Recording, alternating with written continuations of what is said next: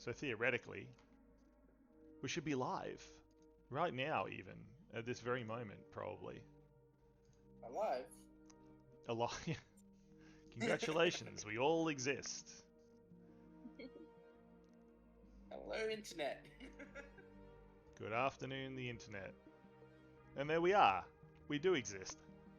So, just a backstory. Last episode, you were all hired on as caravan guards. Now, Lee, who is our heroine in the bottom here, is my DM player character, filling in tonight. They have built a caravan, a large caravan, from some of their families' merchant caravans that they had before. So you have been able to travel as hired guards all together in this caravan to protect it. Quoted my dude, thank you very much. This caravan is a huge wagon train, hundreds of wagons here. It is religious zealots, it is pilgrimage people, it is merchants and lords and ladies and just farmers and people looking for a better life, adventurers as well. But because this land is so dark and strange, they travel together in this huge caravan, and you are just some of the many guards hired to protect this caravan. Tonight, we delve deeper into the caravan itself and what will happen with the people around. Are we ready, players, to embark on our epic quest? Yeah. Yeah, let's go. Oh, Yes. yes. Perfect. And of course, if you would like, we have got... I do have somewhere here. I can press this button, I believe. Hooray! So, if you would like, they will all have, or have already got, a special little section on the Discord, which will be a place that they can post, and you can communicate with each character. So if you have a favorite character in this campaign, you'll be able to find out more about them and talk to them there. That is so good, Ella. Thank you so much. Let's begin. I'm going to get down from here. I don't know why not. Isn't this where normal people sit on the ceiling? Why are you all down there? What? What? Why are you up there? Hey, Normal get down here. normal people don't hang on the ceiling? Not particularly. Ah. Yeah, I was just doing this for They fun. do like hanging out on roofs. Yeah, this drop on them. I will. I'll drop the campaign. It is, of course, as the early sun rises over the mountains that our adventure begins. I then need to go over here and click a button.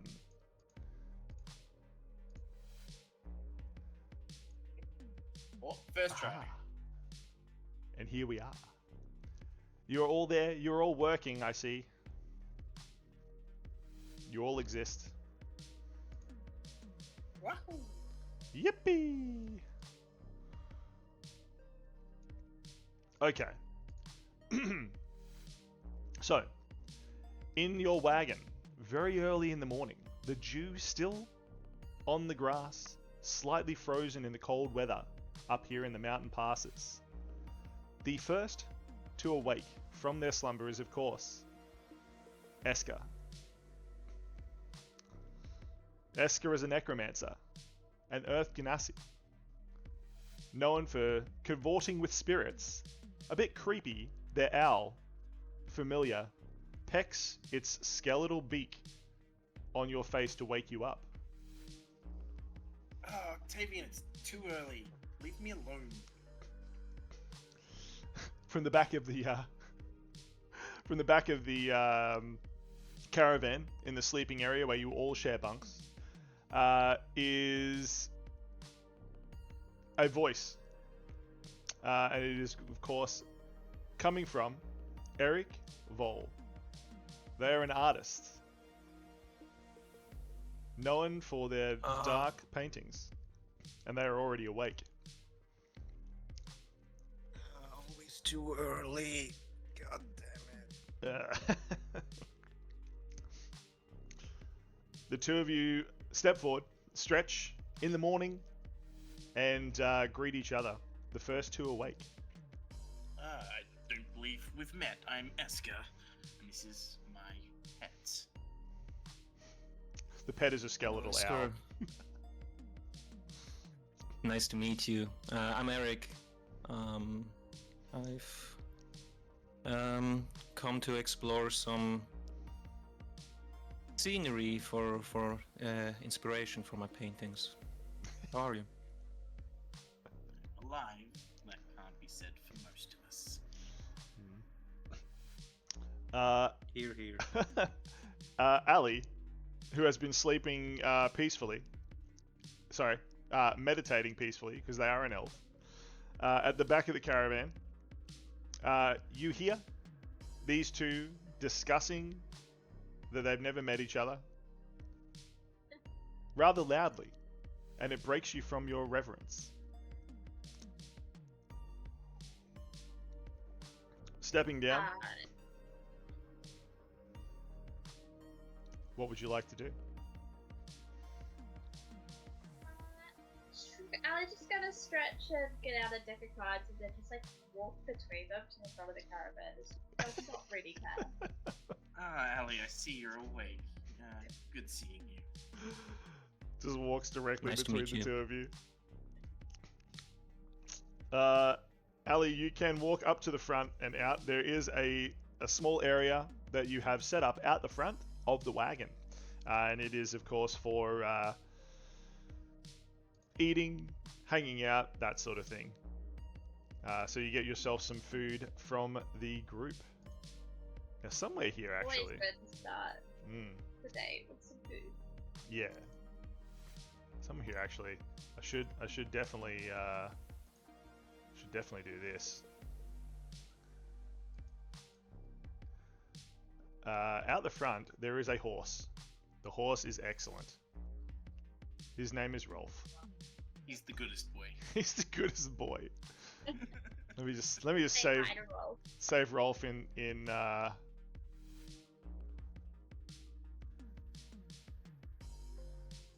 Okay, let's name this picture Rolf. Oh, stop it. You know what I'm trying to do, computer. My computer's getting angry at me. Disembodied hands. Can you do something about this? Okay, sure. Good job, Hans. Okay, I should be able to load a picture of Rolf in for you now.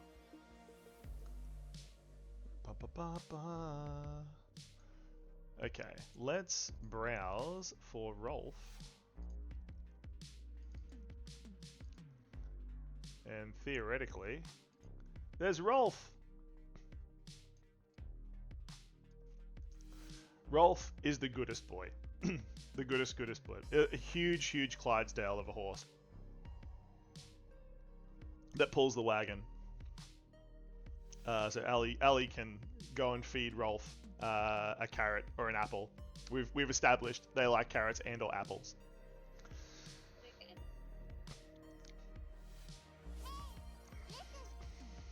Oh no. Oh gosh, would you like to say exactly what you just said, Aristocratic Candle?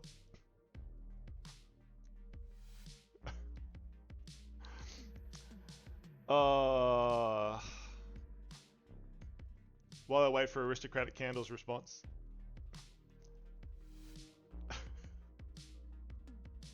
Okay, you hear a voice echoing from absolutely somewhere and nowhere in all of your heads. You all jolt awake at the sound of this voice.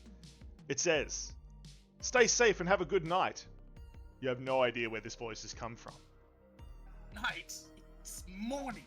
Damn it. The party, shocked, obviously can't. It must have just been the wind. You're not hearing things, surely. In any case, the entire group of you gather out the front. The others of you who are awake now as well. There is Lee, the gunslinger. There is Eska. Let's line you up so everyone can see you, shall we? Rolf, get out of the way, Rolf. Move over. Where's Rolf? Rolf, get over here. Rolf can stand next to me. Okay. So we have Lee, the gunslinger. We have Eska, who we have already met. We have Eric, who is our bard warlock. And we have Ali, who is now off the page. That's awkward. We have Ali. We also have now waking up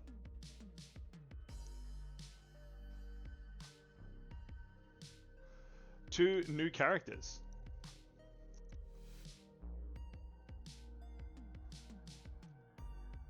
So the first is Darla. Darla is a rogue. And you rub your eyes sleepily as you greet the rest of the party out at the common tables. Good morning, everyone. Thank goodness we're outside. It was very stuffy in there. It is. It's very stuffy in there, particularly with Gast around. I don't have body heat. It's okay. It's more the dead body parts that the necromancer keeps. Yeah, fair. It does get a bit smelly.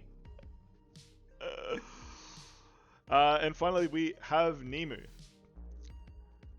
Nemu brushes their feathers clean, and they're an Aarakocra, I believe. An owl? No, an owling. An owling. Yes. Now, please forgive me, everyone. I do not yet have miniatures for all the players yet. So Nemu is an owling, but they look like an angel, because we all know Nemu is an angel. We all know Nemu's an angel. So, yeah. Aw. Everyone say aw. Aw. Aw. Nemu, you brush your feathers clean from brushing the sleep and the dust from them. Yes or no? Oh gosh. That's a good question. I'm gonna say yes. It is at this point you all sit down together as friends, as comrades, and you eat a light breakfast together.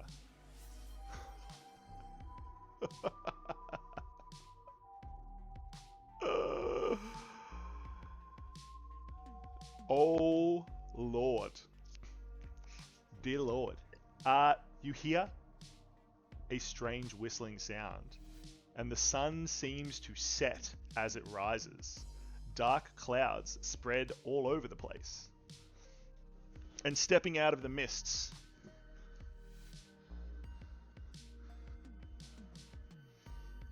near your campsite is a specter of death. So it's time, huh? Why do Jack-o'-lanterns keep following you? That's a good question. This Reaper steps forth out of the mists towards the party. Death, old friend. How are you doing today? Eska, says the Death Lord. Good to see you too. His voice is raspy and deep, and it sends a shiver down each of your spines. Here to ferry those on, are we? Lee points her gun directly at Death and says, "Y'all better explain why you're here. Or it ain't gonna be pretty. Lower with that thing. You know this beast?" she says to Yes. Eska. This is Death. You cannot fight him. Fantastic. Eska, I come only with a warning. Should you wish to hear it, Death follows you in this caravan. Yeah, we know, but let's get going. Yeah. The spectre suddenly appears behind Eric. He breathes deeply. One who knows much about death. Many you've brought to me, little one. Yes, and I won't be the next one. None here. Death turns towards the rogue. What was that, human? Darla, he says, stepping closer. What did you say to me?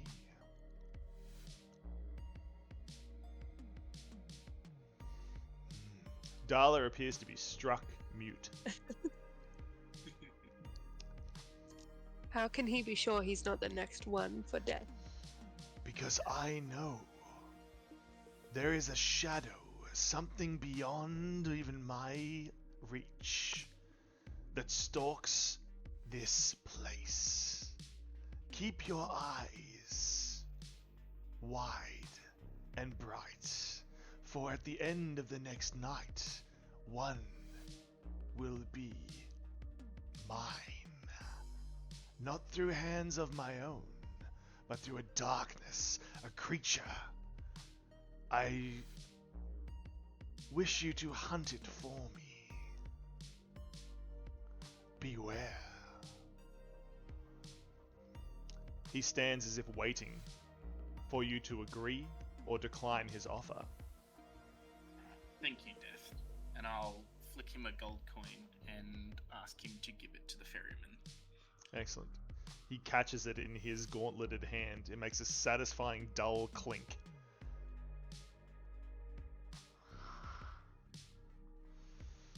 Very well.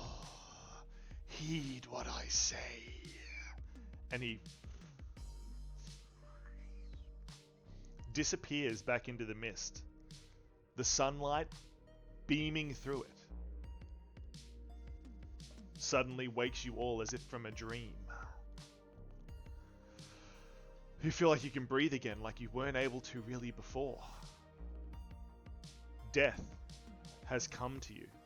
Death has told you that one member of this caravan will die by the next day's dawn.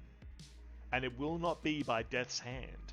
It will be by a dark presence that is stalking this caravan. Will you be able to discover who it is and prevent this death?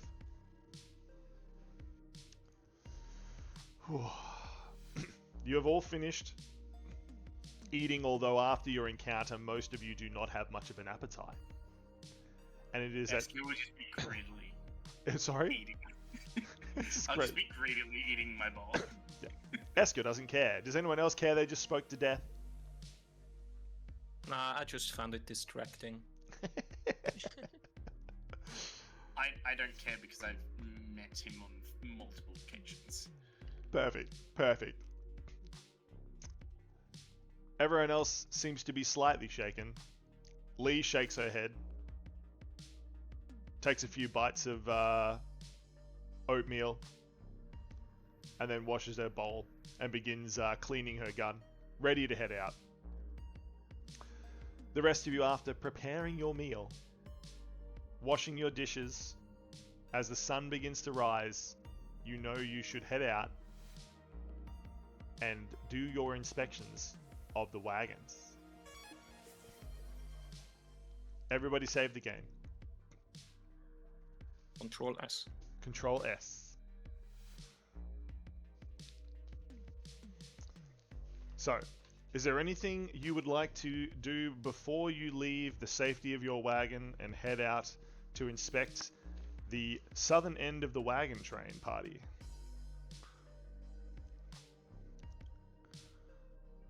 No, I'm pretty ready to go, so... Excellent. No one else? I'll inspect my paint and stuff, so I have everything packed. Excellent. Please make an investigation check.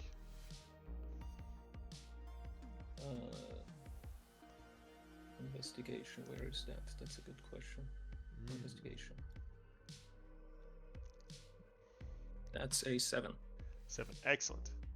You are pretty blasé about checking your paints this morning, but most of them seem to be there. You're sure they're all fine. You were painting with them last night, of course. Good, good. Ready to go. Excellent. So, Esker, and Eric step forward, ready to inspect the wagons. Ali, Ellie is ready to go. Ali checks their many knives and heads out to follow Eska and Eric. Lee, putting her gun back together, does the same. Nimu, Darla, are you ready to go? Yeah, might do a few warm-up exercises before our journey, but yeah, Excellent. good to go. What sort of warm-up exercises? Jumping jacks, skipping rope, speed bag? Maybe, maybe just like skipping rope and some. Nice. Make an athletics check.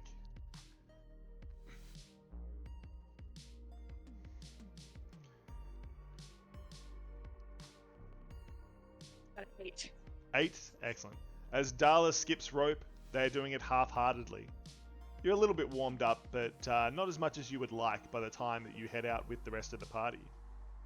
And Nimu. Whose owl is this?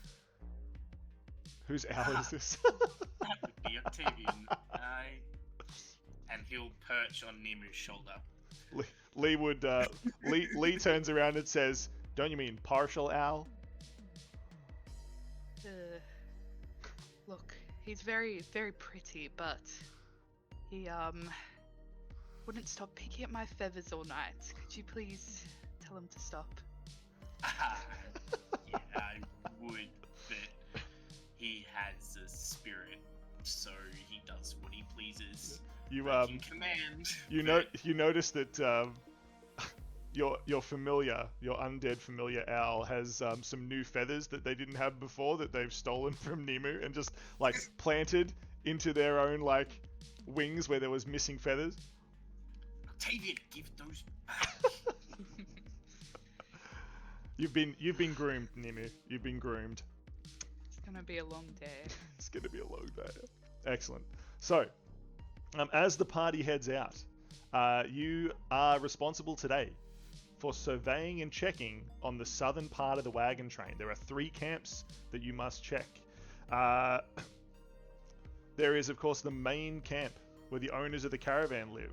There is a religious sect who is traveling through, and you are tasked with making sure that they have everything that they need. And there are a group of merchants and travelers who have made camp together, the furthest south in this entire area. So you need to check on all 3, but you feel like it's probably best to go check in with the owners of the caravan first. So as the party heads out, you leave your caravan. Did we decide what this caravan is called? The player's caravan? I put a name in, but nobody else did. Ooh. Well, I guess that's what it's called. Gast has just painted it. He's borrowed Eric's paints and painted a name on the side of the caravan, much to Eric's disgust. It'll be I would not do that. It's called the Misfortune's Fortune. Misfortune's Fortune. Lee thinks it's a fitting name, given where she got it from. I would be careful using those paints. You don't know what you're messing with. Oh gosh. So, after a short walk, the party finds themselves in the main campground. This is where all the sort of most important people, or I guess the people that the owners of the caravan, the organizers, know best. They all are staying here, and also Rolf is not here. What are you doing, Rolf? Get back to... Rolf! Get back!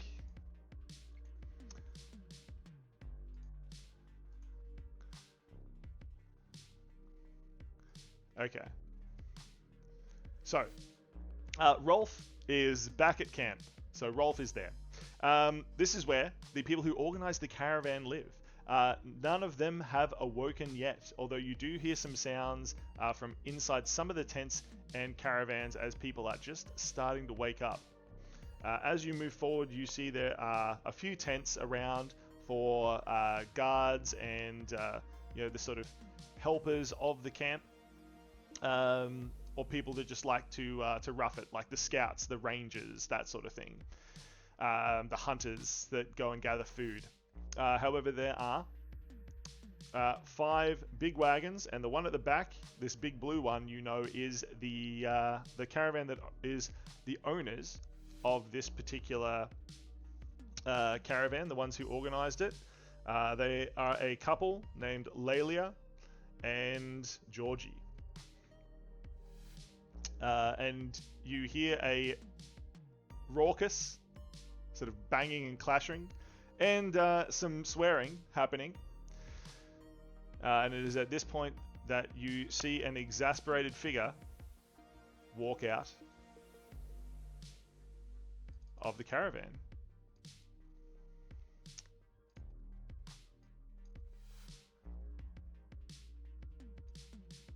It is Lelia. Lelia, definitely the more buttoned down of the two and the one that does most of the organizing. I do not have a miniature for Lelia, but let's give them a token. Magic wand. There we are.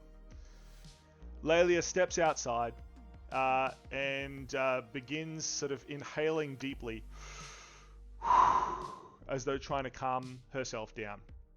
She breathes the morning air and sees all of you standing nearby the campfire and immediately makes a beeline over to you. "What are you all doing here?" she says, gruffly. She stands quite tall. She's like 6.5 feet. Intimidating presence. Very foreboding. She looks at you through her green glasses, waiting for an answer, stern-faced. "Well?" We're just checking, doing the rounds, making sure that everyone's fine. For now. And have you done these rounds already today? Have you started? What are you doing here in our camp? Well, do you want the protection, or we can go back and be on our way? She points her wand directly at Eska. "Listen here. We've hired you to protect this caravan, and here you are gallivanting around, inspecting our campsite. Surely there's somewhere better you can be." At this point, there is another banging and clattering, and some more swearing coming from the cabin at the back. And out pops another person. This other person, there we are, and this other person comes over, ale in hand, literally with a beer in hand at 7 a.m. in the morning. Is Lelia's partner, Georgie. Walks over, puts an arm around Lelia and says, what Love here is trying to say is that we appreciate you all keeping our caravan safe, you know what I mean?" Gives Lelia a tight squeeze. Lelia seems to melt a little bit, sighing, but obvious love in her eyes.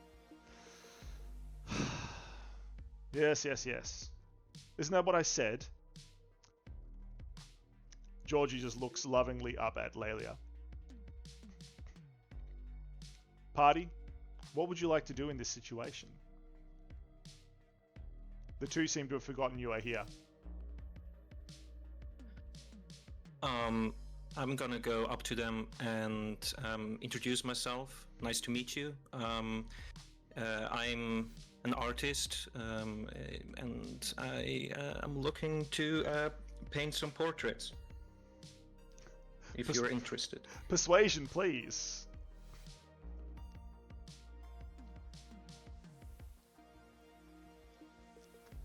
That's a 10. 10. Excellent. So Lelia seems to be a little bit hesitant, but Georgia Georgia jumps at the idea. A Porsche, that's fantastic. Love, we could get our picture taken. How does my hair look? She says, and she like flips it backwards. It looks rather disheveled, actually, like she slept in the clothes she had on yesterday.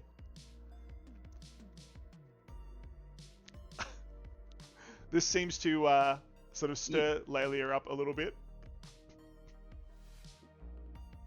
You're looking very great together. I think this would be an amazing painting that I could do of you to celebrate your love. Again, Lelia seems to be cautious, but Georgia is easily convinced. Oh, come on, love, please, let's do it. I've always wanted something we can hang on the wall. Oh, fine, says Lelia. Come back tonight then, after you've done your rounds. Fantastic. Now, she hands over a piece of paper. Here is your rounds today. Please do a perimeter check of our wagons here. Head south and check out those religious types a little bit south of here. They seem to be fine, but they don't seem to want much help. Just make sure they're okay. They have everything they need. I don't know. And then down further south at the back of the wagon train, I'm a little bit worried about the merchants and stuff. They seem to be stopping all the bloody time. Can you tell them, move up closer to the group? They're in danger back there if they don't stick with us, right? Do you understand? Are we all clear? I'll snatch the note. What? Roughly. Just death stare between Lelia and Esker again. But yeah, Georgia and Eric are like in between right now, literally like trying to just sort out payment for the artwork. Please roll a 1d12 no modifier, Gast. Not Gast. Eric. Eric the artist. Roll a 1d12 no modifier. Oh, sorry. 1d12 no modifier. There we go. That's an 11. Excellent. So you quote 11 gold pieces for the artwork. Georgie slams her beer down on her thing next to it. I won't pay more than 3. But she seems to be enjoying this. Would you like to try to persuade? It's not only the time and the quality that you're paying for, it's a whole lifetime that you pay for. So 11 gold pieces, I really can't go lower than that. Persuade, please. Persuasion, and that's a 16. Whew. All right, fine. But just so you know, she like motions to Lelia. She ain't gonna be happy giving away gold, so it's just between you and me. You tell her it was 3, I'll tell her it was 3. All right? She gives you a wink. That sounds perfect. Thank you very much. She hands over 3 pieces of gold really deliberately, and then slips you a purse for the rest. Thank you. I'm gonna slide that into my backpack. Excellent. Perfect. So, having been given your marching orders, party. The two of them head back into the caravan, arguing amongst themselves. You are now left to do a quick perimeter check of this area before heading south to check in on the religious sect who are traveling together, and then also to go down to the very final wagons in the train to tell them to hurry up, because they have been lagging behind each day. So, from here, let me just put Lelia and Georgie away and pick Nemu back up because they've fallen over. What would you like to do, party? You need to inspect around this area, you need to go south, and you need to go tell the merchants at the very end of the train to hurry up. What is your plan? You all turn and discuss what you should do, what all your skills are, and how you will tackle today's tasks.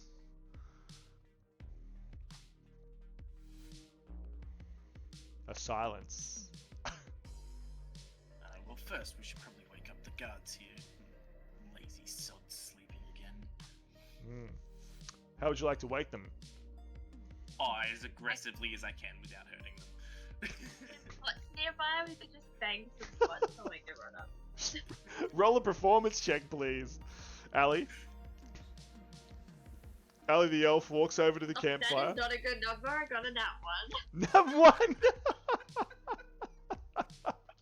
Surely a nat 1 in this case Oh actually my succeeds. God. Yeah, yep, definitely. Allie, you pick up some saucepans from the fireplace, and then you head over to the portable kitchen over here, and begin banging them loudly on the bench. You bang it 1, 2, 3 times. It's just like a bing, bing, bing, and then the table collapses. The entire portable kitchen just crashes with an almighty crash, thud, smash. Glasses break. Pots are broken. The fish that they were keeping alive are now flopping on the deck as the ceramics they were being stored in are shattering. The entire kitchen is ruined. But on the plus side, multiple guards have woken up and come spilling out of their tents all around the clearing. And disappear into the shadows. Please roll a stealth check as the guards come rushing out of their tents. It's a better number. Wait, what's my luck? The rest I got 23. 23. Excellent. Ali disappears into the shadows behind the caravan. Everyone, a group of guards comes rushing out of tents, weapons drawn. One of them, obviously a captain, stands behind the party. Sword drawn, helmet on, but nothing else. He's wearing like a loincloth set of underwear and a helmet, and he has a sword and shield. He's obviously put the helmet on, but not the rest of the armor. You hear a muffled voice. Alright, what's going on here? About time you lazy sods were up. Secure the perimeter. We're moving on. What's all this noise? What happened? Well, you were sleeping, you see, and we woke you up. He looks... Yeah, don't worry about it, and I start mending the stuff that I can mend. Perfect. Make a mend. You're casting the spell mend, I'm assuming? Yes. Excellent. Several of the pots, pans, and table itself all seal themselves back up. The damage is not completely removed, but it is a good start. The guard looks around, confused. There are no enemies, it seems. Yeah, right then, carry on. Hey, you lot, he yells. It's past daybreak. What are you doing sleeping? And he points to them as though he's not the one in his underwear out in the open with a helmet on. And all the guards, God, and they quickly rush off to secure the perimeter. The underwear wearing guard, the captain, salutes. Right, carry on. And he marches back off to his tent to put on the rest of his armor and whatnot. Perfect. In the commotion, with everything, anything you would like to do before you leave here, party, except for Ali, because Ali has to do something different.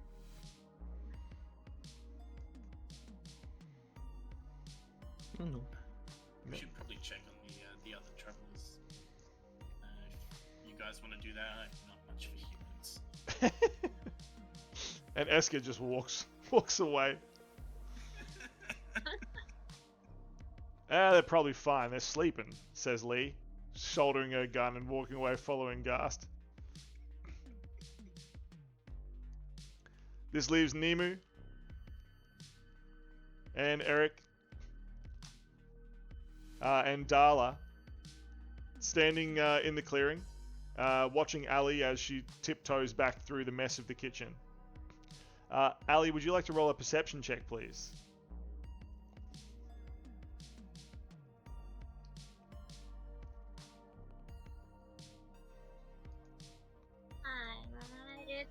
14. 14. Excellent. Okay. In that case, please roll percentage. Oh, okay. 87. 87. Oh goodness me. Hold on, let me scroll down slightly then.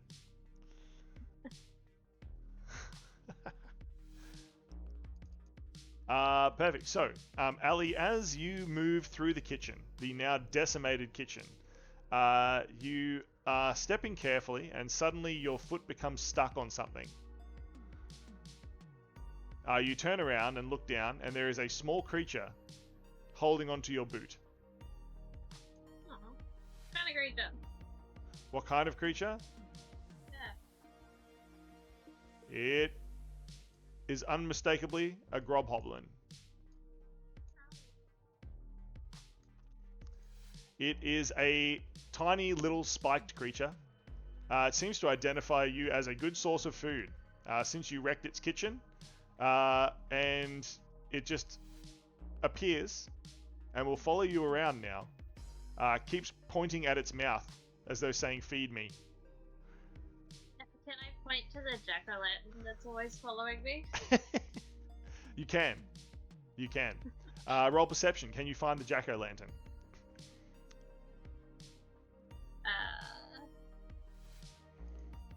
22. Excellent. You can find the jack-o'-lantern. It is behind a tree nearby. The grobhoblin quickly leaps on top of the pumpkin and begins devouring it. You feel like it's not the last time you will see the grobhoblin.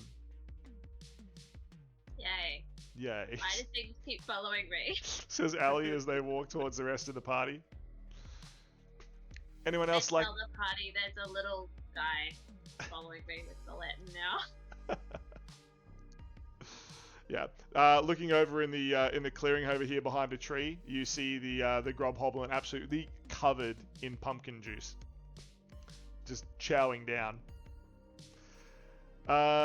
Ali, Darla, Nimu, Eric, anything you would like to do before you move on? You said there's other people here? Yeah, in the wagons, although they have started to wake up and move around. Okay, then I mean, you how they want stay to... asleep with the commotion that you made. Yeah, It was not my you guys want to talk to them as well? Don't worry about it, it's fine. Excellent. But do we want to check with them? The table was old. Ali's just continually making excuses. Perfect. Eric, would you like to check on any of the other people in these wagons? You can I wanted to check with the other people if they, from the group, if they want to check in with the other guys, like with the people in the caravans, and if not, then yeah, I'll just follow them. Excellent. Nimu, Darla, Ali, would you like to check on anyone else in these caravans? Or I think we should just go check on these people. I just want to get our money. Yeah, me too. Honey is good. Excellent. Pragmatic as always, the party leaves. There are enough guards in this part of the camp anyway, you reason. Surely nothing bad will happen here. Surely nothing foreshadowed could happen here. Although death's message still rings in your ears, before the next sunrise, someone will die. As the party heads south, in the lead I believe was Eska. Eska, could you please roll percentage for me?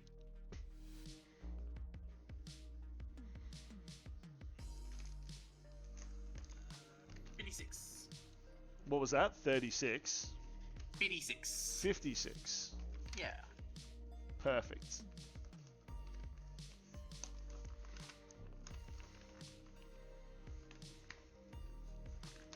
As the party heads south, you're moving through a forested area.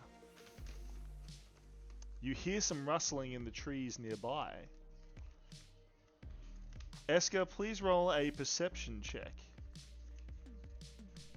Perception, you say? Yes, please. That would be a 16. 16. You move forward. You feel like something is watching you, and the rest of the party is a little way behind. This makes you a little bit uneasy.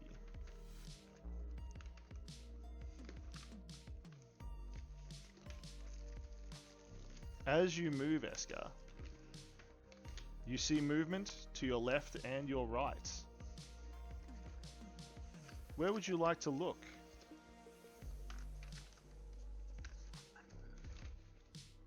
Do I have time to command my owl?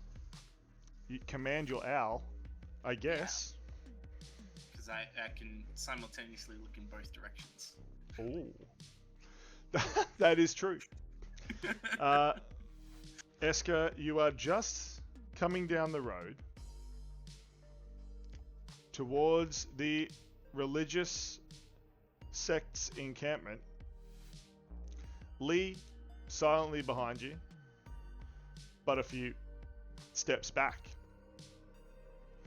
It is at this point that you see something leap out of the trees nearby, literally covered in dirt. They are undead ghouls. In the early morning, they have erupted out of the ground at your presence. They lunge towards you, Ghast. Their sticky flesh falling from their bones. What would you like to do, Ghast?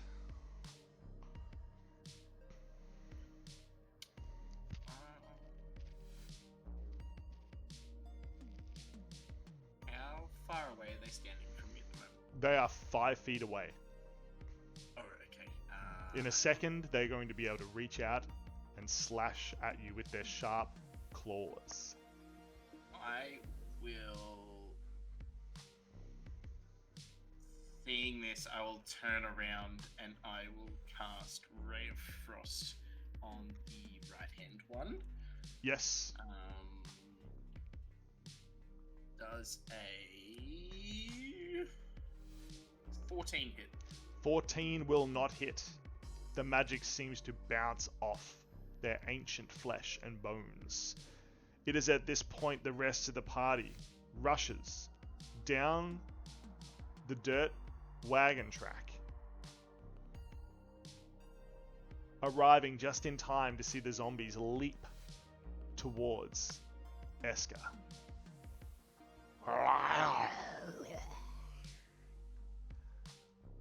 And they attack. I Roll will initiative, cast- party. Oh, okay.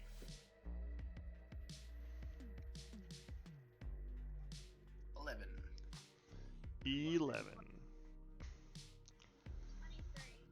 23. Nice. 10. 10. So far, 23 is the highest. Anyone beat a 23? Nope.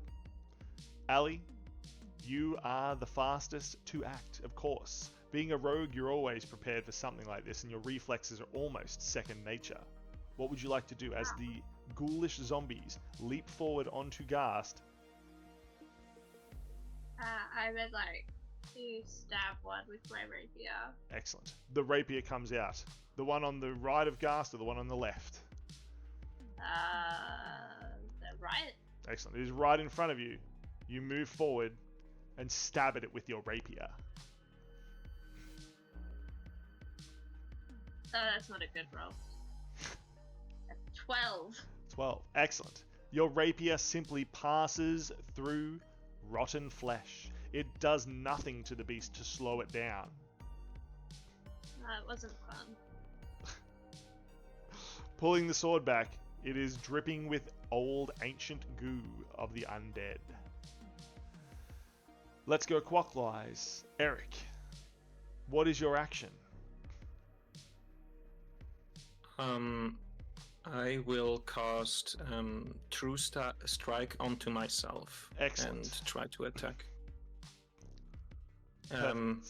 And that works like I have my paints, and I put my paintbrush into it, into a grayish color.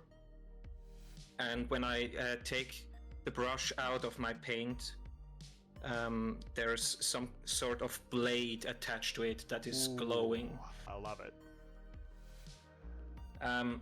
Now, I'm not really sure what I need to roll for this, to be Perfect. honest. So, pulling a paintbrush out of some grey paint, it forms into a blade on the end of the paintbrush. Yes. Excellent. Do you have your actions on your... It says the attack uses your spellcasting ability for the attack. Perfect. Is that just... If you see that plus number in the hit DC column, just click that and it'll roll the dice for you. Hit DC. I don't... Sorry, I'm Should just... be- No, it's fine. Do you want to share your screen in this private Discord call, and then we can... I'll have a look. Can't share in this channel. Can't share in this channel. Of course you can't. That's fine. Let me Wait a sec. let me try to. I'll send a pic or something. Oh yeah, that's perfect.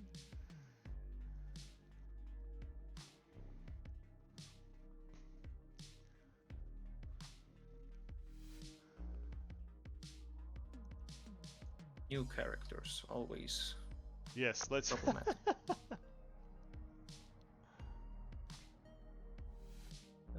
There we go.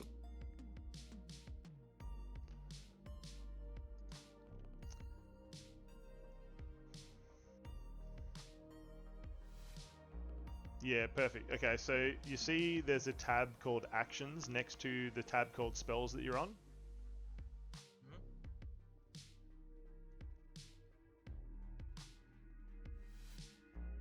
Yes. Okay. But I don't really have anything in there. Yeah, that's okay. You might need to add a weapon of some sort, like a dagger or a sword, that you can use as in place of your paint sword. Yeah, he has a dagger. Yeah, perfect. Yeah, I have a dagger. So just this one, just the +3 hit DC there with the dagger. Yeah. So roll that. Okay. And then you can change the damage to radiant if you want. Okay, so that's a 20 to hit. 20. Was it a natural? Was it a natural? No, it's not natural. It's 17 plus 3 to hit, and radiant damage, and just the damage of the dagger as well. Yes. Just the damage of the dagger. Okay, that's a 2. And you're Radiant changing it to damage. radiant? Perfect. Yes. The dagger of paint stabs into the zombie ghoul, and it shears a huge hole in the undead's flesh. It seems to knock it back slightly. I'm assuming you're attacking the one in front of you here? Yes. Excellent. Disembodied Hans, can you move it back 5 feet? You push the zombie back. Nimu falls over in fright, apparently. You push the zombie back 5 feet away from Eska. The radiant damage seeming to sear and hurt it. It scratches where the wound was, as if trying to get the pain out of it. It snarls in your direction. Eska. Alright. Your ray of frost seemed to reflect off the creature before.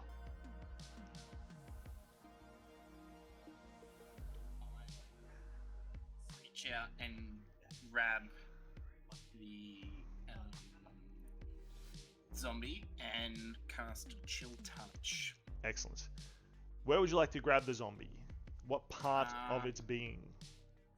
Probably around the neck. Excellent. Grabbing the zombie around its neck, its teeth, shattered from age and decay, snap.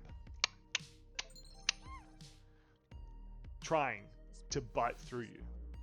Hey, thanks for the follow, mate. Espeon fan, you amazing human being. Does a 23 hit? 23. 23 will hit. And I will deal 6 necrotic damage. Excellent. As your hand chills the zombie, the necrotic damage seems to do less than you would imagine. It seems to be resisting. The rot that has infected it seems to be necrotic in nature. You recognize this immediately. I'll yell out necromancer, and so the other party realize that I've worked out who's behind this. Excellent. Perfect. As Eska wrestles with the zombie, chilling touch upon its throat, and it snaps at him. The other one lumbering now towards Eric. It is Darla's turn. What would you like to do, Darla?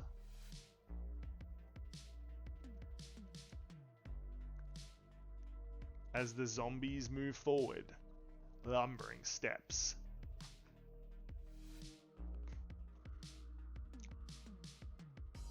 We cannot hear Darla. Darla has disappeared. Eaten by zombies, captured by death. Who knows?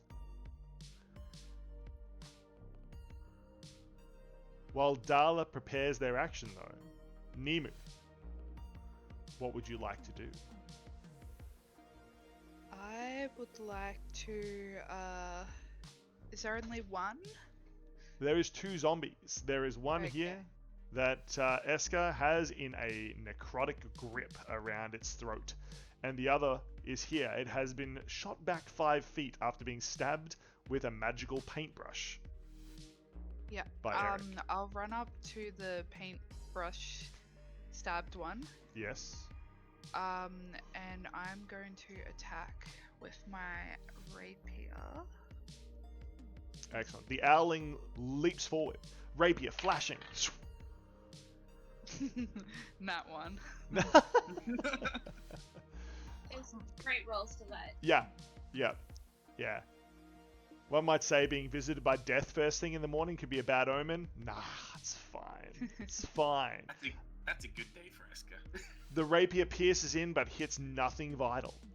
The zombie literally grabs the sword and pulls you closer to it and lunges out with a sharp toothed bite.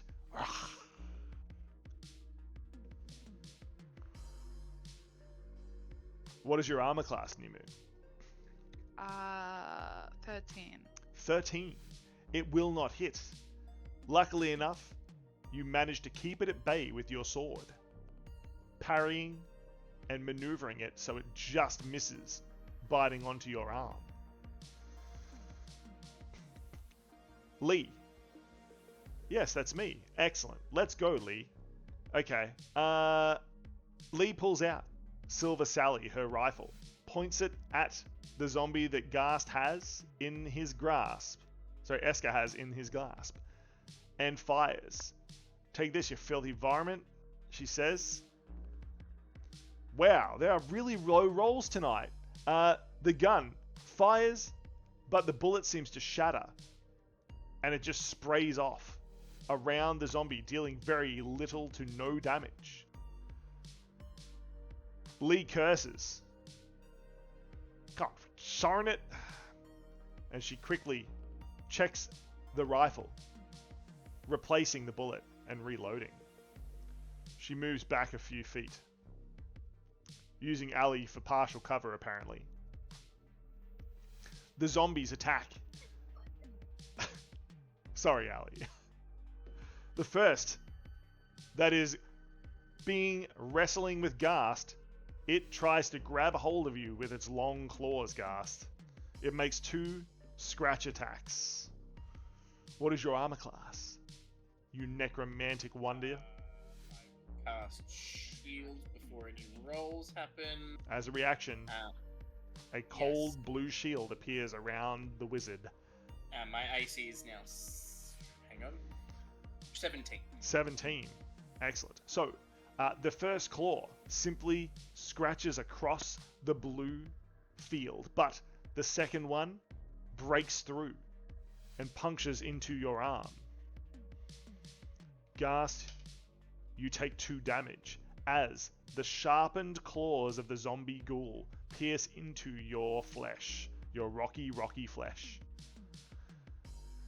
Meanwhile, Nimu, the one that is still stabbed onto your sword, it is going to try to bite you again.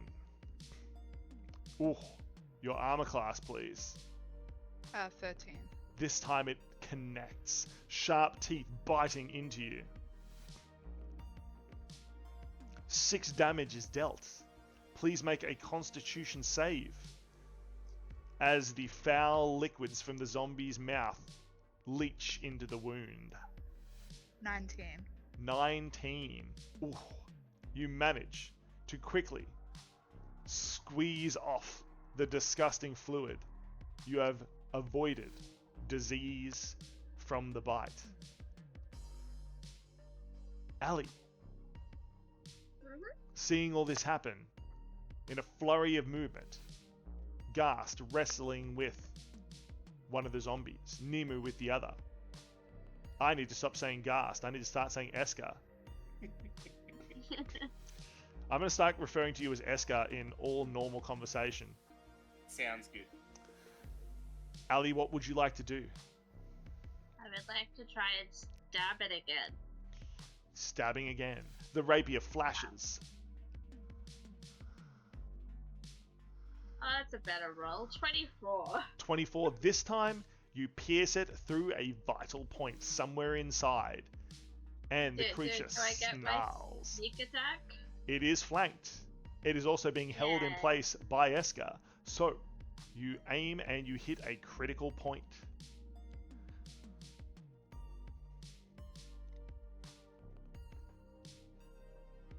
What is your damage, Ali? 19 points of damage. 19 points of damage. Excellent. This is devastating to the creature. It screeches and howls and flops around in pain. Oh, as much pain as an undead can be, which is not very much. It does seem to have been damaged quite severely, but it is still attacking. Eric. Okay. I think I'll just gonna do the same thing as last time.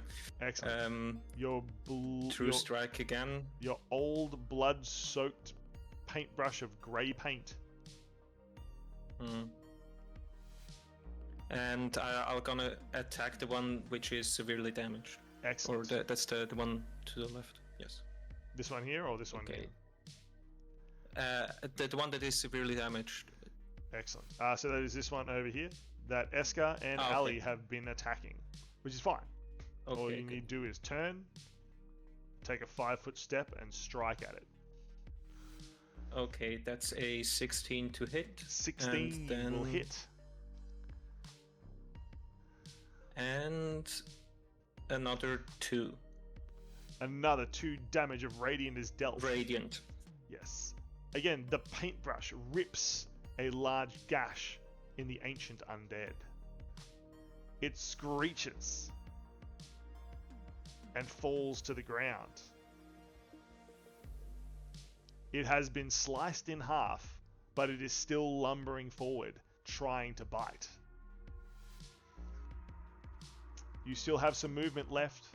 Any bonus actions you would like to take, Eric? Yes, I'll just gonna take some steps back. Excellent. You take a few steps back for safety. Now, Eska, the zombie you were just holding has fallen to the ground. Its legs are kicking wildly, but its upper body lumbers towards you, dragging itself across the ground, snapping and biting. So it's not dead? No. Alright. I mean, technically, yes. Yeah. I will... what do I want to do? I will cast a Ray of Frost on it. Excellent. For a nat 20. Oh, a beam of pure ice erupts from Esker's hands like a Kamehameha. For 12 ice damage. And it is slowed by 10 feet. It's slowed by 100% of feet because it now stops moving, shatters, and you see the green-white glow disappear from its eyes. The control of this undead corpse has been removed. It is now dead. I mean, again, it's like double dead. Yeah, you get it. You get it. He gets it. Perfect. Any other action you would like to take, Esker? I will move behind the other zombie. Excellent. Spinning around, you pin the other zombie ghoul between yourself and Nemu.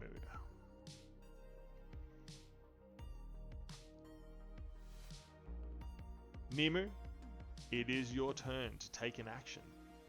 What would you like to do? I shall try this again. Try and stab with my rapier. Excellent. You have advantage now. Yes, you do have advantage? advantage. Okay. You're welcome. Oh, nat 20. Woohoo, says Esker, as the rapier pierces straight through the beast's head.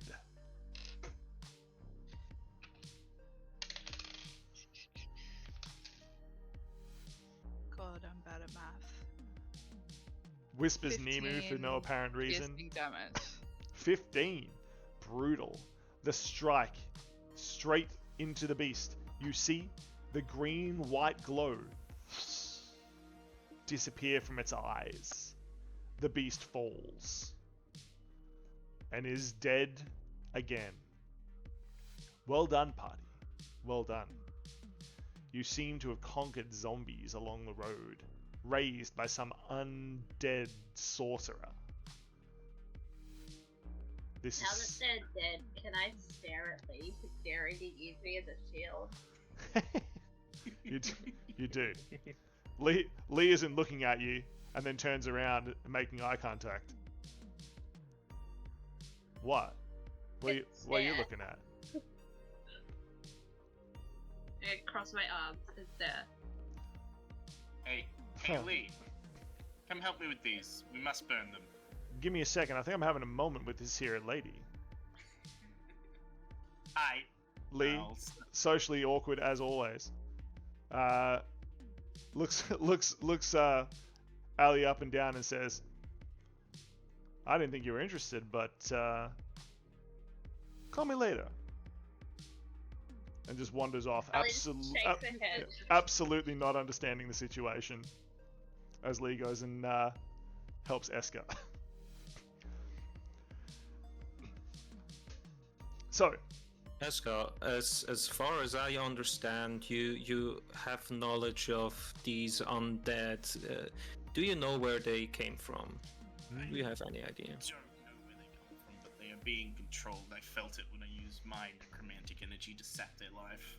excellent. Esker, would you see. like to roll an investigate or an arcana check?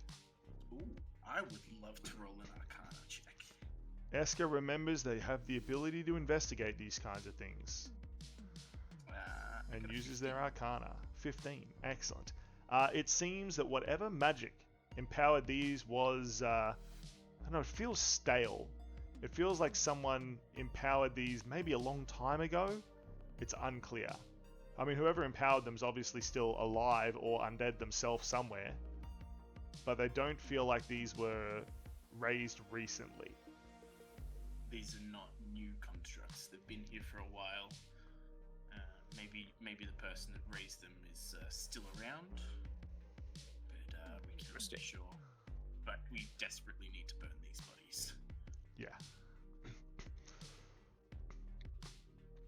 You hear? While Oh, sorry. Go, Ellie.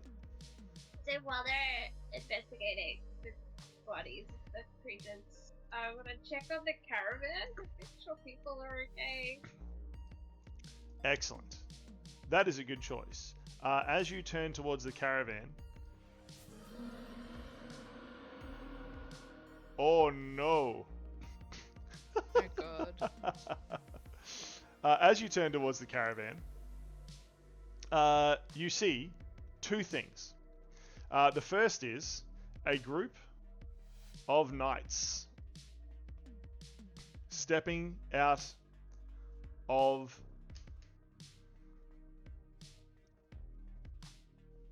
the tents.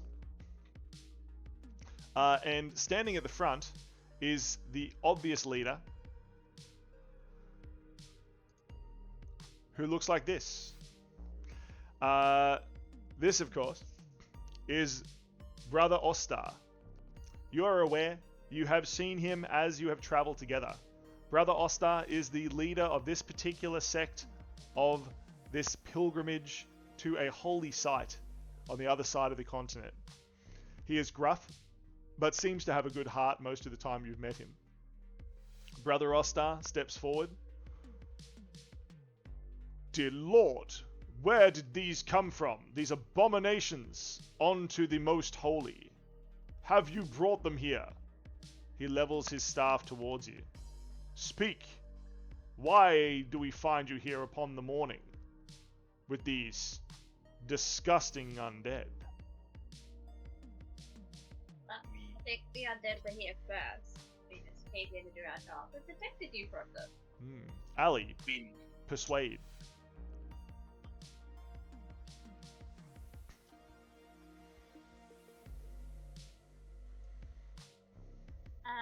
18. 18.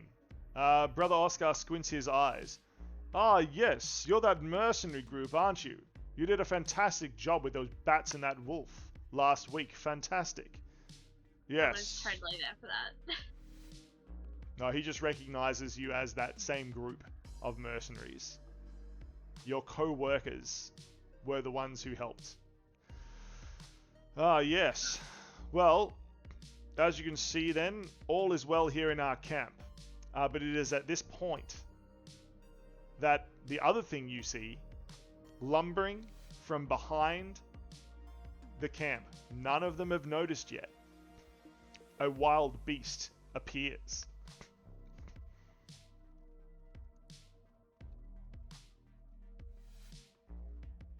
Are you sure about that? Yeah. Yes. I will prestidigitation and light the corpses on fire after piling them up. I'll help him with that.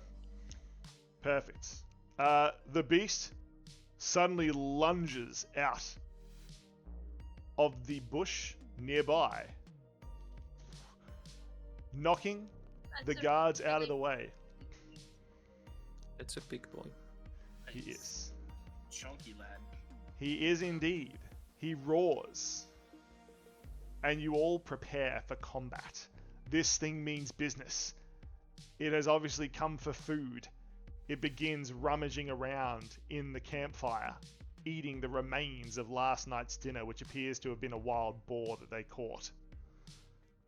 I have a pumpkin and a little goblin thing somewhere. Please roll perception.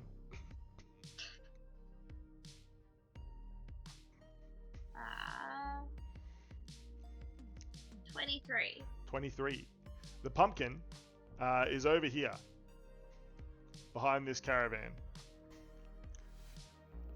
The little grob hoblin, you see poking its head out from underneath this tent over here. Distractions, food. Distractions, food. Excellent. You can try to persuade this animal. Will it take the bait? The creature is now destroying the camp. What would you like to do? I believe it was Nimu that finished the last combat, which would mean that it is Lee's turn. Lee, Why, yes. Lee takes out her gun, looks at the beast, and just says, God dang it. Oh, hell no. And she fires Silver Sally the rifle at the beast. Her bullet misses. And it flies past the beast into the air. The creature turns around and faces towards the party, pawing the ground as if ready to charge. It pushes forward, trampling the zombies. Can I please have Nimu and Eska make a strength save, please? Straight up. 3.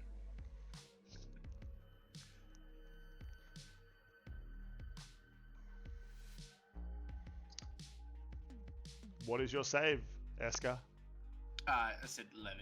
11, excellent. Eska and Nimu get pushed backwards.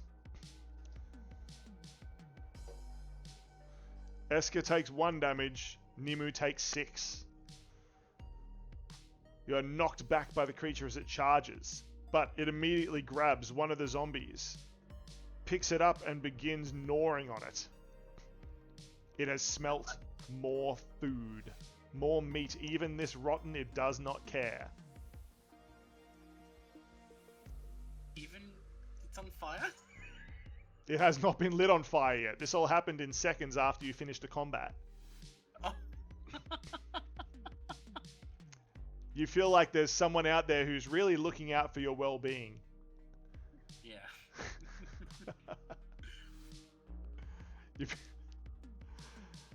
Oh no. Ali, it is your turn to act. The beast has picked up one of the zombies and is chewing down on its old bones. It is unsatiably hungry. What would you like to do? I am gonna hide. Ali, please make a stealth check. There is a bush nearby you can duck into. Or you can hide behind Eric. 27. 27. You can hide wherever you like. Where would you like to I'm gonna hide? and try and stealthily make my way to the jack-o'-lantern. Excellent. Does the beast see you? It does not I seem also to. have, like, Mask of the Wild that can help me hide. Nice. You do manage to make your way over and you hide behind a large oak tree right next to the jack-o'-lantern. Any other actions? Can I pick up the jack-o'-lantern? Yes, you can. Well, let me do that. You pick up Jack the Lantern. Yeah. It's very spooky. I'm gonna throw it at the beast. When he's not yet. When he's like not distracted by food, I'll throw it at him. That's my Excellent. plan. Jack the Lantern, by the way, is very spoopy. Like, ooh. Jack the Lantern says, ooh, as you pick him up. Said shh. Shh. Eric. Ali has parkoured their way. I imagine there was like more flips and rolls than needed with that stealth check. And is now hiding behind the oak tree. The giant beast is chewing on one of the zombies that you killed. Yes. I will.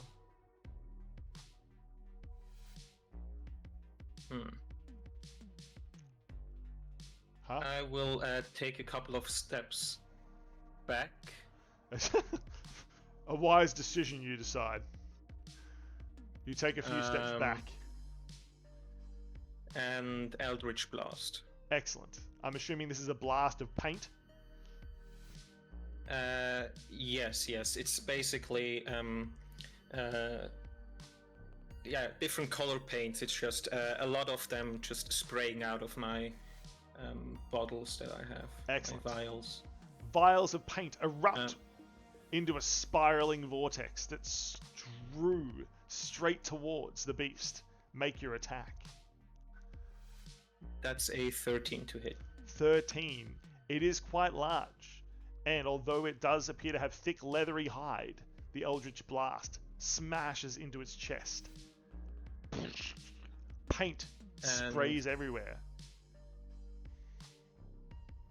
And that's a 3 force damage. Excellent. The Eldritch Blast knocks into the creature, dealing 3 force damage. But it is immense. It doesn't seem to be slowing down. Any other actions from you, Eric? Oh, maybe I have done that in the wrong order. I also would like to bonus action Hex on the creature. Just before the Eldritch Blast connects, a Hex falls down. What does your Hex look like?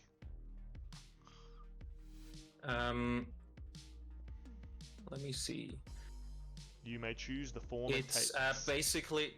Basically I paint in the air a sigil that sprays onto the creature. Excellent. A dark sigil painted with Eric's paints is painted in midair and then sears like a tattoo onto the beast. What does your Hex do? Do I need to make a save? No, just damage. Yeah, bonus damage. 1d6 bonus damage. Excellent. As the Eldritch Blast pummels into the creature, the sigil that was painted, the Hex, burns into its skin, dealing extra damage. Please roll your damage. That's 2 damage. 2 more damage is dealt. You hear the sound of the beast's flesh sizzling as the sigil burns its way in. It screeches and roars, tossing the zombie from side to side and growling as though you are trying to take its food away. Eska, what action will you like to take? I will step back slightly, maybe 5-10 feet. Yes. And I will... Boop. Yep, I'm over there. You see Ali behind the tree talking to a pumpkin. I don't notice at all.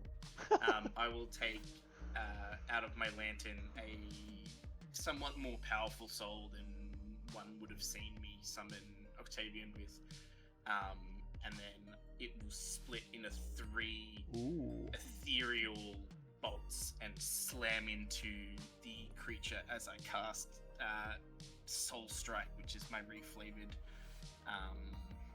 magic missile. Ooh. The souls burst through the air, smashing into the creature. Bang, bang, bang! Letting out a horrible howl as they disappear. Yes.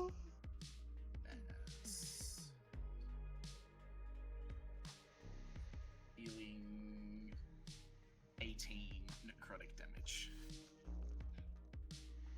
18 necrotic damage is dealt. As the spirits rip into the beast. It screams and squirms, again trying to defend its prey, the zombie it is trying to eat. Nimu. You see all this happen. What action do you take? I would like to cast Shatter. Ooh. Oh, that's a good spell. Says Eska as they see it being formed. That's a good spell.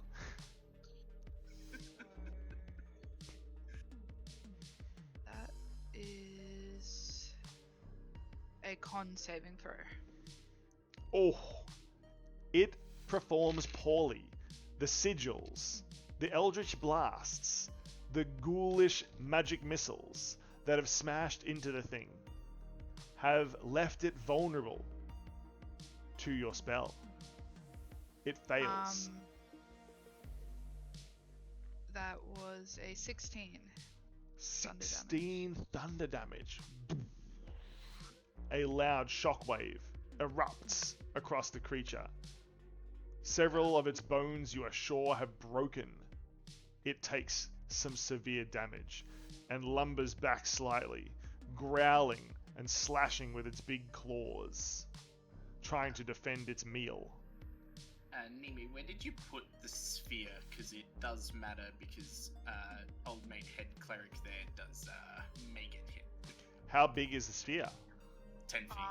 Yeah. That's fine. This thing, you could put it on its face, and this thing will be taller than 10 feet. Okay. Cool. No worries. Yeah. I'm assuming Nemu is clever enough not to put it near its feet where everyone else is going to get hit. Yeah, he's not vindictive, so that's fine. Nice. Perfect. Lee is going to fire again with Silver Sally. This time she will hit, dealing 10 damage. The bullet penetrates into the beast, pushing it back further. It keeps dragging the zombie carcass back into the camp, ripping up tents, destroying piles of wood, kicking over caravans as it goes. The knights and Brother Oster move forward. Brother Oster casts a beam of white light at the beast. It just reflects off its hard hide. The 3 knights of the order pull out huge lances, like spears, like pikes, and stab at it. All miss. Would you believe I rolled a 6, a 4, and a 2? I mean, Disembodied Hans did that. Disembodied Hans, naughty. Sorry. Bad Disembodied Hans. Low rolls. The monster, now surrounded by the knights and Brother Oster, lashes out at them, making 2 claw attacks. He hits 2 of them. He is not willing to let the zombie go, so will not be biting anyone. Excellent. He knocks 2 of the knights backwards. One of them, Eska, could you make a dexterity save, please?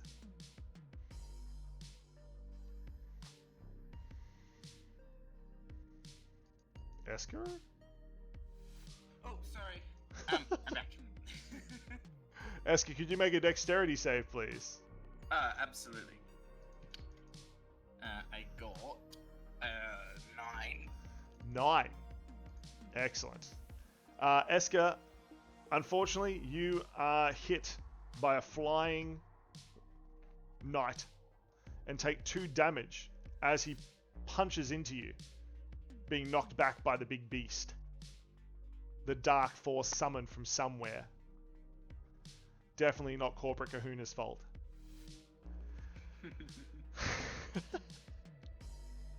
That means, of On course... your feet, soldier! On your feet, soldier! Yells Esker.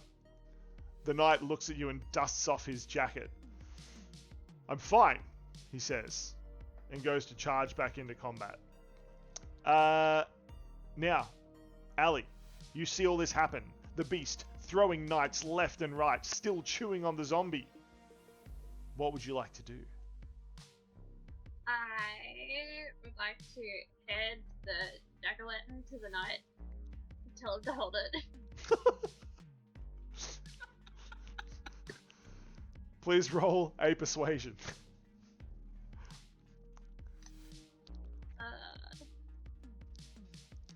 17? 17. Excellent. He just grabs the pumpkin, looking very confused.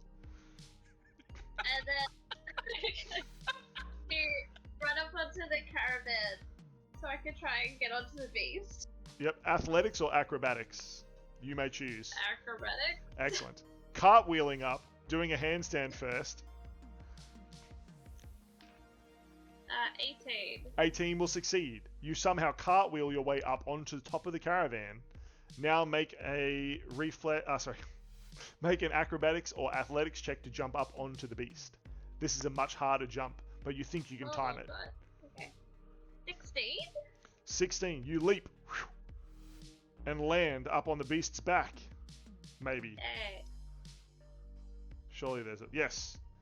You land up like you can't see Ali. You can see Ali's feet. Look respectfully, please, chat, at Ali's feet, okay? Ali, you are now astride the beast, Yay. holding on to its dark matted fur. It smells like wild beasts always do, of death and wet dog fur. What would you like to do? Do I have an action to Oh, yeah. stab it? Yeah, you still have an action. You just used your move Oh. action by jumping twice. I'm going to stab it. Excellent. The rapier comes out and you stab down into the creature's back. Oh, that's a 13. I think, yeah, 13. 13 will hit. This thing is big. It's hard to miss basically the ground, which is what you're standing on. The rapier pierces into its skin. 9. 9 damage is dealt. Excellent. Ali, the beast thrashes around wildly. Please make an athletics, acrobatics, or a dexterity save.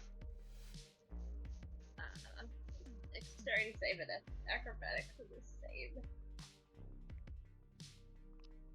Oh, that's not a good roll though. 8. 8. You are thrown clear.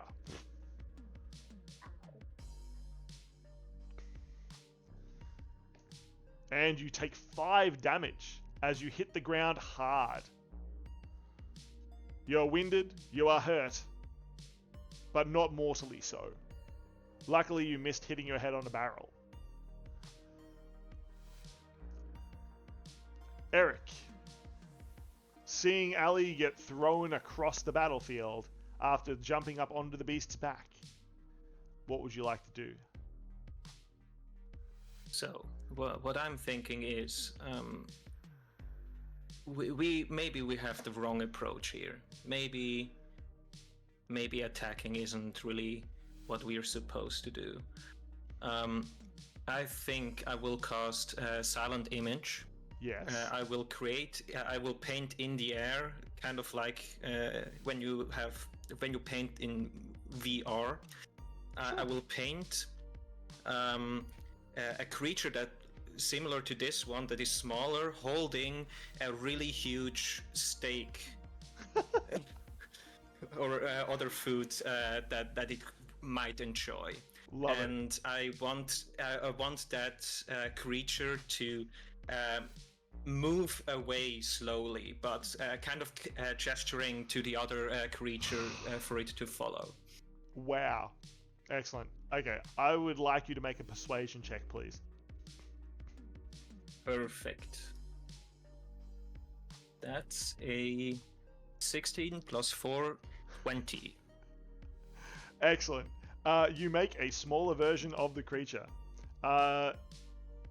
It has a large, basically like a half an animal in its jaws, and it beckons to the other one to follow it. This one, looking towards it, chases after the smaller version, as the smaller version leads it off into the woods. Well played. You have lost a zombie corpse. That could have gone worse. As the camp is in shambles, small fires are being put out by the knights. One knight is holding a pumpkin for some reason. The artist moves forward. Oh, that could have gone worse. It's literally things burning around them. I'll begin to start using prestidigitation around the camp to put out the fires a little bit more easily. Excellent.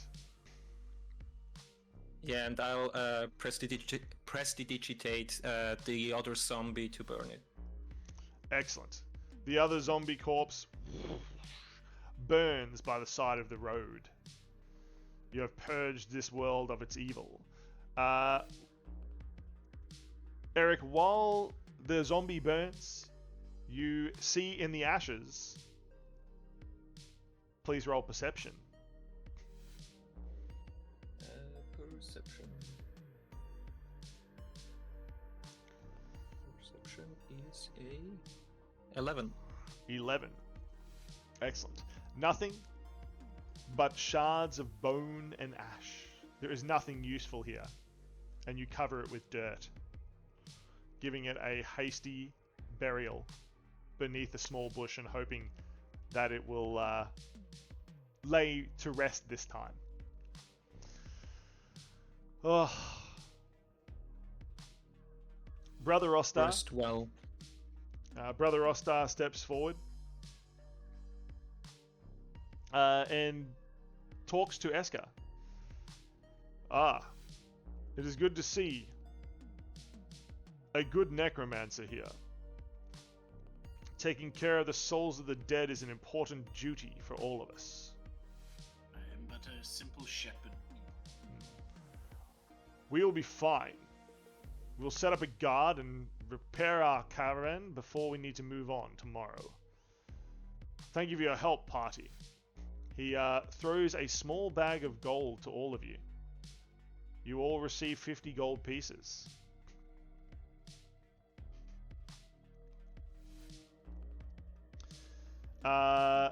Excellent. So, while Eric has been over here burning a zombie,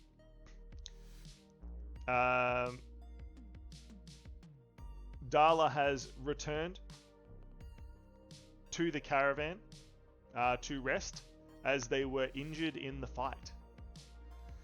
The rest of you, while moving around the campsite, well, not Eric. Eric's over here looking at the zombie corpse.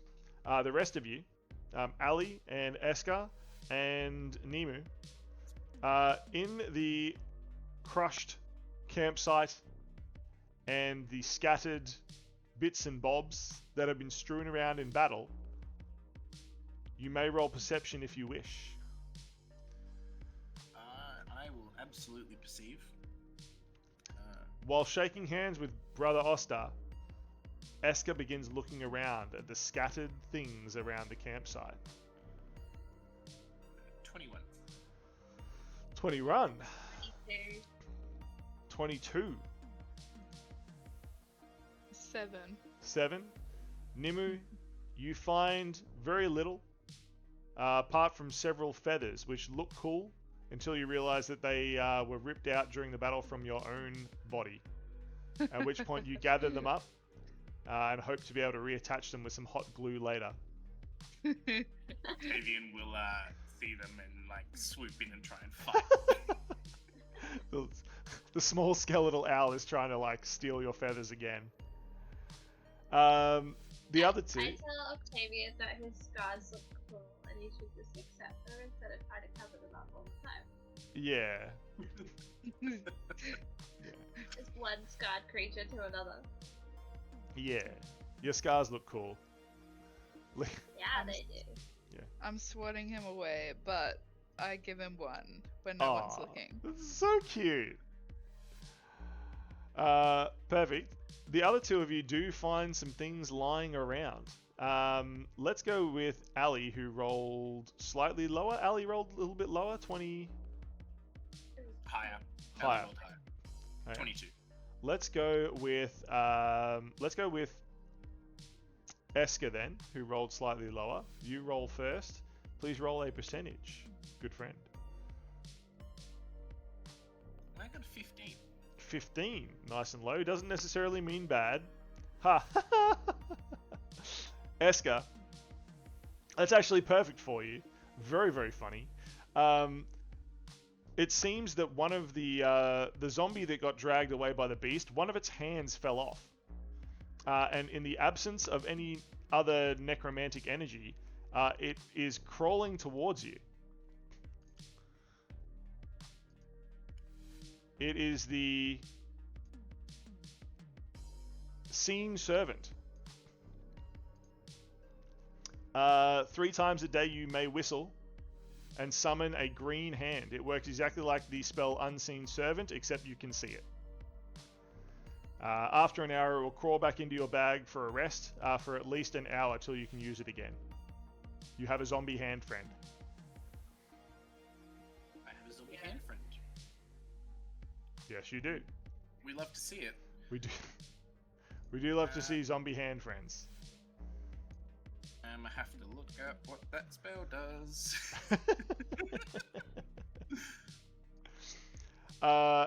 Ali, Mage Hand. Yeah, basically. Oh, cool. Ali, please roll percentage. What do you find? 38. 38.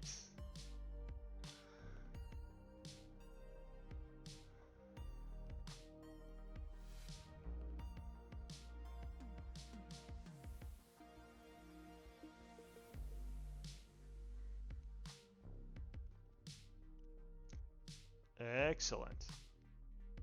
Wait, you just gave me a me6. Yeah, basically. It's only only 3 times a day though. That's cool as shit. I love that. Yeah. Okay. It's another zombie themed item, which is perfect. Ali, again, you find a large finger that has fallen off one of the zombies. It is Nose Picker. You may use this small knife to attack. It will deal 1 damage to your opponent as it goes up their nose. No matter where you try to stab them, it always goes up the creature's nose. I like sharp things. Yeah. Tiny things. Yeah, it's just like a little sharp dagger. Called Nose Picker. Perfect. The party, having helped to right some of the wagons, the religious sect tells you all, go, go, it's fine, we have this. And they circle I the take wagons. Oh, sorry? Take my pumpkin back. I carry my pumpkin. Excellent. You carry Jack the Pumpkin. As the knights go to work, righting their wagons, repairing them, they are a prosperous, good people. They clean up their campsite and they repair their wagons for the journey ahead. It is just then the journey to the south to visit the lagging merchants still to go. Anything else you would like to do before you leave this place? Party and Pumpkin.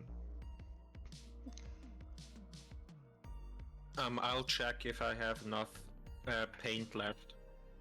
Excellent. You do indeed. You have brought quite a good amount of paint. Okay. There's the pumpkin. It's Jack the Lantern. Oh Lord, Jack the Lantern's pretty cool. I like him. Just have food forever. Yeah, infinite food. It's something I need to feed forever, so it kind of works out. Yeah, that is true. Yeah. As you carry Jack the Pumpkin, you hear gnawing sounds, and when you look inside, you see the grub hoblin just gnawing at the inside of the pumpkin hungrily. Anything else you would like to do in this area? I'd just like to give a bit of a sweep of the camp just to see if everyone's okay. Anyone that's like in the outlying tents that didn't sort of come anywhere near the beastie. Seeing as this camp's a little bit more pleasant than the prior one. I think Georgie's perfectly good, says Lee, not mentioning Lalia. Aye, that she is. So, investigate the tents, please, Gast. I got a 23. 23, excellent. Everyone here has survived. They are all fine. Those pilgrims that are in the tents that are following this religious sect around, none of them are injured. They all managed to either make their way to safety during the battle, or they just slept through the whole thing. Somehow. But they are all up and about and helping right the camp, helping serve these priests on the pilgrimage. So, with that, the party moves further south.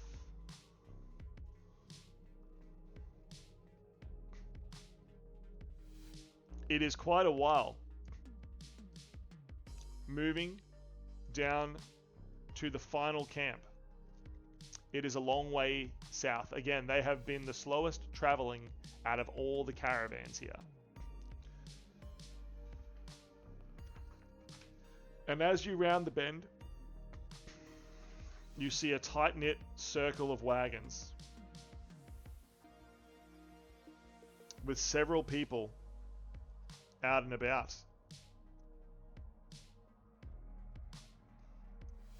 Ali with their pumpkin.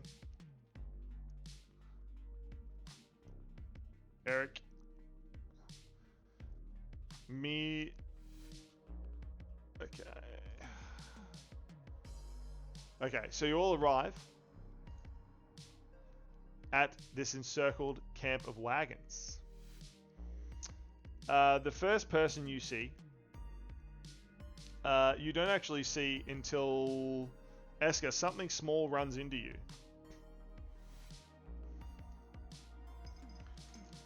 Something small runs into you. Bonk.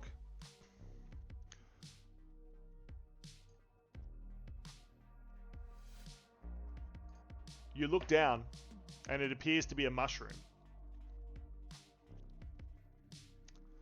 What would you like to do, Eska? A walking mushroom. I will pick up the mushroom. You pick up the mushroom. Yeah. Roughly how big is it? It's like 2 feet. Oh, so well small. Yeah. It's a little thing. Excellent. The mushroom aims a swift kick in your direction. Oh, excellent.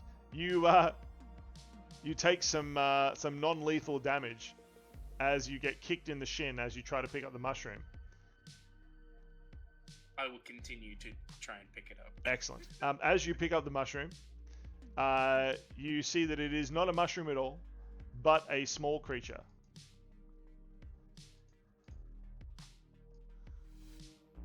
Needs to be smaller. It appears to be a gnome. The gnome looks at you with its small red eyes. Hey, let me go. What are you doing? Do you have any mushrooms? Begins searching around, seeing if you have any mushrooms growing on you. No mushrooms here, young lass. A pumpkin? The small creature pops its head around the edge of Eska, looking for the source of the voice that said pumpkin. I've heard there's fantastic mushrooms that grow in pumpkins. Where are they? Let me see the pumpkin. Is there any mushrooms in the pumpkin? The small creature is like wiggling now, trying to get out of your grasp, Eska. I'll just continue to hold it. Please make a grapple check. Alrighty. A 10. Excellent. It somehow squeezes out. It seems to be slightly slimy. Your hands are now covered in sort of clear goop, and the small gnome runs around and plants itself right next to Ali. Pumpkin, miss, do you have a pumpkin? I kneel down and show the pumpkin. Oh, that's a jack-o'-lantern, not a pumpkin. And she turns around It's a kind of pumpkin. and kicks her feet. Yeah, but the mushrooms don't grow in jack-o'-lanterns. Not the ones I want. She kicks the ground slightly as she walks away, head down, disappointed. She looks up at the owling, big eyes glowing. What are you? You don't look like a mushroom at all. No, but I eat mushrooms. Ooh. Nice to meet you, says the small gnome. I'm Fet. She holds out a hand for you to shake. I grab her hand and shake it back. Excellent. You shake your hand. Your hand comes away covered in goop. Oh. Fet seems to be covered in some sort of translucent goop at all times. I'm very distressed by this. I'm trying to rub it on the grass. Fet seems to be like looking at you really intently. I'm gonna go. He hides behind the nearest person. Hides behind Eric. She looks over at Eric and Lee. Lee just says, "Don't even think about it, little miss." Just polishing her gun while sitting on a barrel nearby. I'll entertain this. I'll do some minor illusions. I'll draw some stuff, some mushrooms in the air, and try to make them all pretty. Nice. Perfect. Make your minor illusion persuasion, please. That is a 21. 21. Excellent. These mushrooms look awesome. Fet sees them. It's like, mushrooms! And she immediately starts like jumping up, trying to catch all the mushrooms. Ha, ha, ha. And as soon as she touches one, they dissipate. Oh! She turns around and looks at Eric. Where'd the mushrooms go? They're just for looks. I'm sorry. Oh! It's there's one that she hasn't put her hands on yet. She just sits down cross-legged and just looks at it. Big, like, eyes glowing red. Every now and again, she just makes a ooh noise. After a few seconds, Fett stands up and says, "Right, I'm off to look for mushrooms. Can you tell them to tell me to tell you to tell them when it's time to go?" Well, Who that's is what we- them? She looks at you all as if that made sense. Sure. She points Send haphazardly. Jacqueline. Oh, perfect. She points haphazardly at the rest of the wagons and then skips off into the forest nearby, stopping every few feet to pick up a mushroom from a tree or the ground or some grass or some animal dung and just plants it on her back in her little backpack, which seems to be a backpack full of dirt, just growing mushrooms. Seems healthy. Oh, Fett thinks it is. Seems to be mushroom in that backpack. That's my favorite. That's my favorite quote. You win the internet today, Eric. You win the internet today. It is inside here that you see a few more people.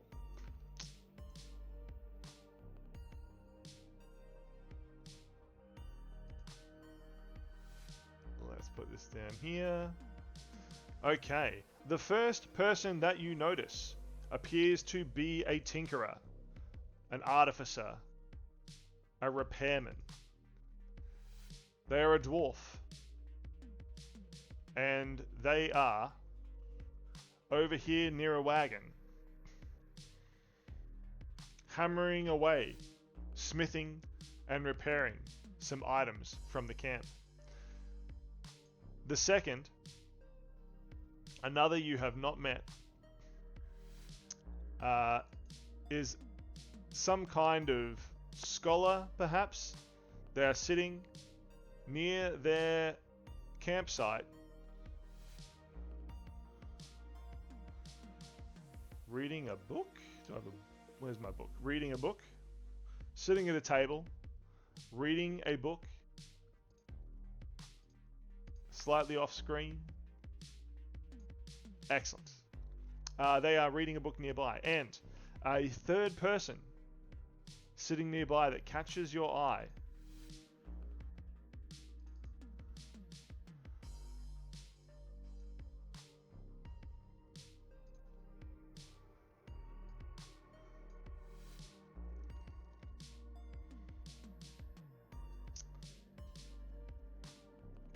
Is a merchant who is going through her logbooks up in front of her caravan right at the tip of the camp. Everyone else is just going around their business, but these three people spark your interest. There's something about them that you feel you need to talk to them today. What would you like to do, party? The dwarf is smaller than that. There we go. I'm curious about the lady. What she's doing. Excellent. Would you like to walk up to this lady? Yeah. Excellent. There appears to be a sign above the door. It says Pat's Procurement. Sorry, Ali, let's make Pat a little bit smaller. For this is indeed Pat. There we are. Pat can be over here. So that's Pat there. And Ali is in front of Pat. So, Ali, Pat's Procurement. It seems to be a warehousing and distribution service. Pat is going through logbooks and checking off several crates of wares. He turns around and sees you looking at her. Huh. Hi. You here to buy something, or do I owe you money? I hope I don't owe you money. Question. You could owe me money. And in what way would I owe you money? I don't know. I don't remember a lot of details, so whenever someone asks me a question, I kind of always assume that it could be a hostility. We ever been drunk before? Not that I can recall. Huh. Well, if you don't recall it, and I was too drunk to remember it, then I guess we don't owe each other money anyway. My name's Pat. Holds out her Ali. hand. Shakes your hand. I take her hand. Excellent. Pat shakes your hand and then sort of brushes her lips over the back of your hand. It appears to be some sort of cultural sort of marker of respect. You're People with respect. you're one of those merchants, aren't you? Yes. One of the mercenaries protecting the wagons? I've seen you around. It hurts a little bit. I try to be unseen. Well, anyway, you're more than welcome here. Well, there's not a lot I can offer you. This stuff's all headed up north. I'm shipping several crates of it. Do you realize how far behind you? Sorry? That you're quite behind the rest of the group. Oh, well, You know. look. I know they like to move at a certain pace. It's fine, we're keeping up. It's just, I like to be thorough. And, I don't know if you've met Fett, but, it's hard getting that girl out of bed in the morning. She wants to talk about his mushrooms. Every time we pass a tree, she wants to stop the damn caravan. Maybe you should take control of that a little bit, and it might help you keep up with the rest of the group, so if any more ghouls attack, it can help protect you instead of being very tough. Well, listen, I mean, we've all tried to work on it. None of us have any ideas. How would you propose to keep her focused? You can't leave her behind. Create a mushroom trail that goes in the right direction. And whereabouts would I get enough mushrooms for that? I know we have some spellcasters here. Spellcasters? Surely she wouldn't fall for fake mushrooms, right? I just watched her spend like a whole minute watching a mushroom in the sky. Wait, really? Who did that? Yeah. You don't look the magical sort. She sort of places her hand out towards you, and her hand glows a light blue. Do you have any? I don't have that kind of magic, but Do you I'm have- pretty good yeah. at making people think I have magic. Do you have any magical items and/or magical abilities? I don't think I have any magical abilities. Excellent. No. No arcanery here at all, she says, pulling her hand down. So I mean, if you're I not have the magical, jack-o'-lantern in my hand, don't I? oh Magical. yeah. Apart from that very weird lantern, what's going on with that? I don't know, it just showed up. It won't go away. Oh, fantastic.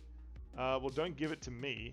She makes a complicated sort of symbol in the air as though trying to break a curse. Spits on the ground nearby. making? I don't want any bad vibes this direction. I've lived long enough to know that some things like pumpkin curses are worse than most.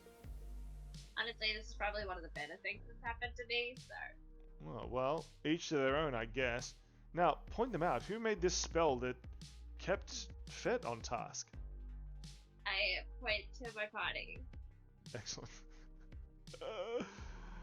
Excellent. Over at the front, Eska and Eric and Nemu. What would you like to do? Lee has already moved over and is talking to the dwarf. They appear to be discussing firearms. I will aggressively sit down with the guy reading the book.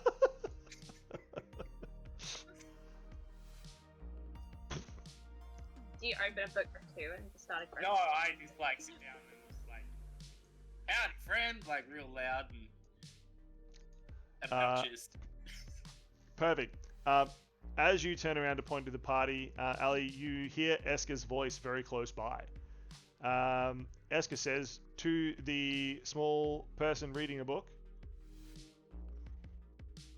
Howdy friend, what do you got there? Like, I'll shake the table and like make a whole connection. Yeah. Oh, sorry. I'm Rostam. How are you? Fine on this wonderful day, beset by ghouls and fiends, and why the damn hell is this caravan so far behind? Oh, ghouls and fiends, you say? That's terrible. I must make a note of that. Yeah, hold on, give me a second. He pulls out a few more notebooks and starts making notes. Yes, fantastic. And fiends, you say? Yes. Oh, sorry, what did you say? They came from behind. You are behind, sir. Oh. Surely not. And he looks behind himself. I can't be that far behind. I'm right here. You are half a day's walk from the nearest camp. Oh. Oh goodness. And that's a problem because he seems to be looking through his books for a solution. And I will summon an ice knife because I can't do this to whatever will attack you, and then I'll dispel it. Oh, fantastic. Can you bring that back? I'd like to just sketch that quickly. I'll reluctantly bring back the ice knife. Excellent. He makes a very quick sketch and puts the paper back inside a book. Well, I mean, there's just so much to see on the road. I can't not document. I'm a scholar after all, on an epic journey to prove myself to my masters at the college. If I don't come back with excellent note keeping, they surely won't accept my application to join them. I think I can help you out with your note keeping, as long as you can keep this caravan on track. Oh, are you saying there's more things to study up with the rest of the caravan? Absolutely. Very well. If you shall agree to keep my notes and help me with my research, then I think I will ensure we pack up camp and move on right now. Pip everyone, chop chop, let's go. And he begins packing up his caravan and motioning to several others to begin packing up their goods and wares. And I will discuss sort of what he's studying and what he's actually looking for while he's packing up. Yes, he appears to be a naturalist. He is an ASMA, and he is studying the natural world, hoping to gain admittance to a college of famous explorers. But to do so, he must go on an adventure and make scientific inquiries himself. I will show him some of my necromantic magics. Excellent. He makes several notes. Every time he starts to slow down, though, and you give him that look, he puts the books away and continues to pack up. Yes, later. I agree. Come on, everyone. Let's get moving. We have to catch up to the others. Meanwhile, Ali, we have Eric and Nemu have entered the camp. What would you like to do? I think I've noticed the scholar too, and I've seen some sketches that he flashed. So I want to offer my services to him. Fantastic. Eric makes a beeline towards the scholar Rostom, much to the dismay of Eska, who's been trying to get the guy moving and packing up. Please persuade. I need what to would you make like money to say? somehow. What would you like to say to Rostom? I would like to say that I've seen your sketches here, and they're pretty good. But I think I could be of help to evaluate your portfolio for your application. Oh, that's marvelous. Actually, the drawings do take the longest time. I much prefer to be a writer. How much would I need to pay to have you do my illustrations for me? You know, I would say about 12 gold per painting. Oh, fantastic. Can I have a look at your work? And I show him some of my works, and they're all really creepy creatures and sceneries of like burning tents and caravans and stuff, the things that are happened today. My that lord, kind of these are stuff. fantastically accurate. You're hired, good Thank man. you very much. Hired. I assume you're camped with the main caravan up north. Yes, indeed. If you move up with the caravan really fast and stay close by, we can discuss things further. Oh, that's wonderful. Okay, quick, everyone, we must leave. And he literally packs up his stuff at record speed, straps his wagon to his back, and begins taking the two-wheel wagon up the road at a brisk pace, whistling an old marching tune. Are there any guards around? There's not, no. There's no guards. No. Okay. All right. Hence why you were sent back here, because they are so far behind that the general protectorate of the wagon train is no longer applicable here. Yay.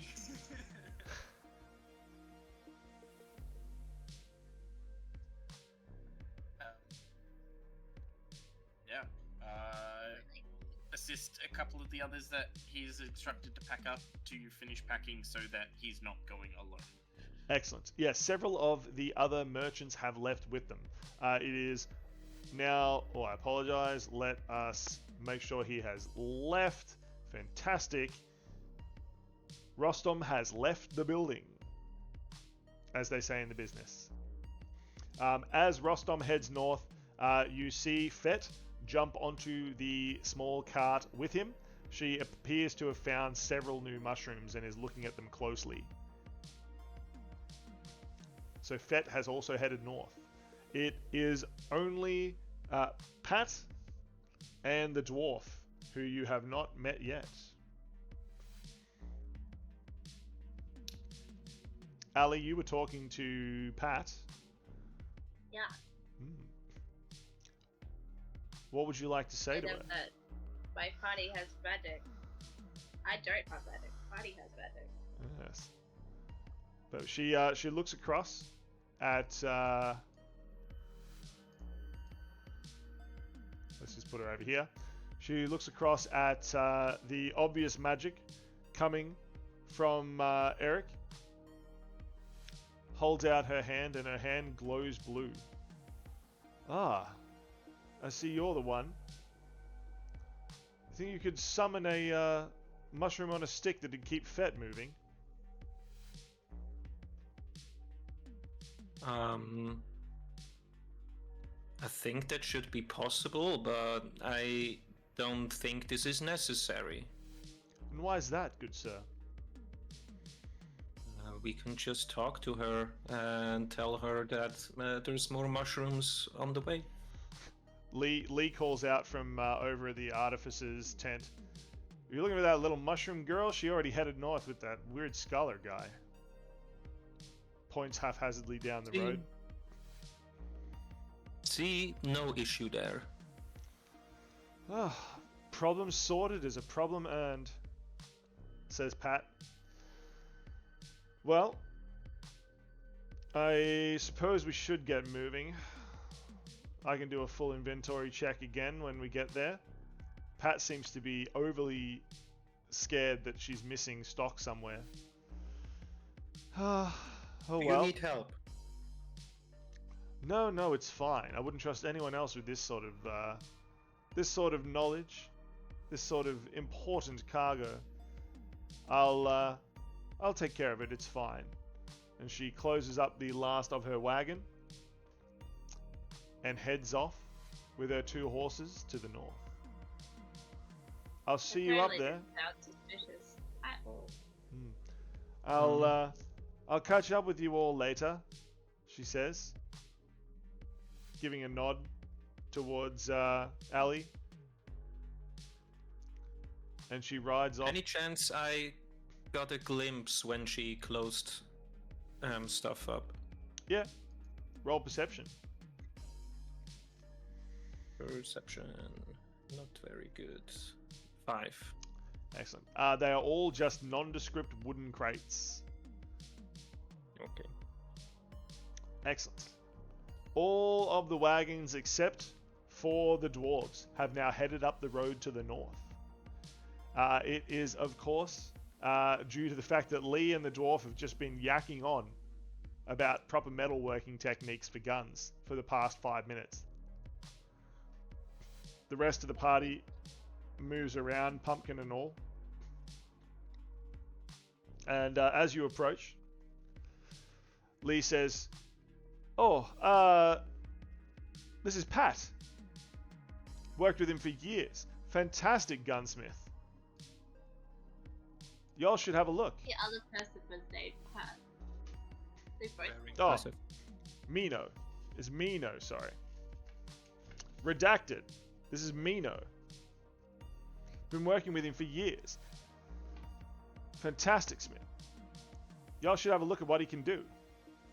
Lee points to several very fine, crafted metallic objects and trinkets on his trays. Lee sort of looks around, and the rest of the wagon's already gone. Where'd the rest of them go? We sent the them on their trail. way. Up the trail. They need to catch up. Oh, right. In Dwarf, I tell him that he should also head out and we can get an ale together or something. Get an ale? Well, that sounds fantastic. He claps you on the back.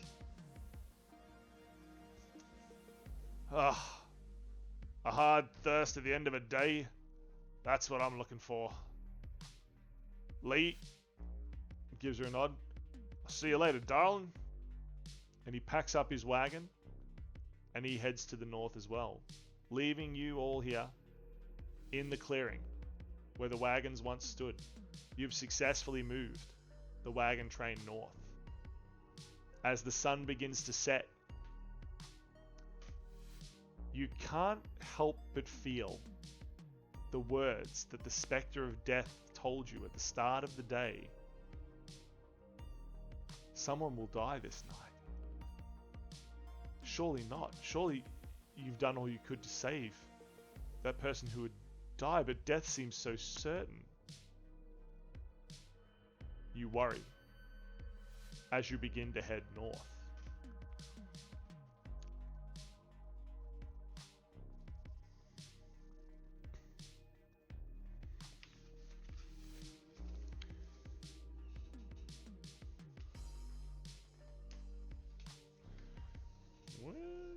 Where did I put that map? That's where I put it. It fell down. Disembodied Hans. Next map, please. Excellent. Back at your wagon. It is nighttime. Most of you are not able to sleep. I don't sleep anyway.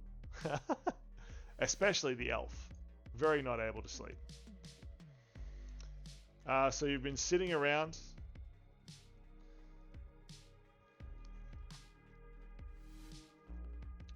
With your jack-o'-lanterns.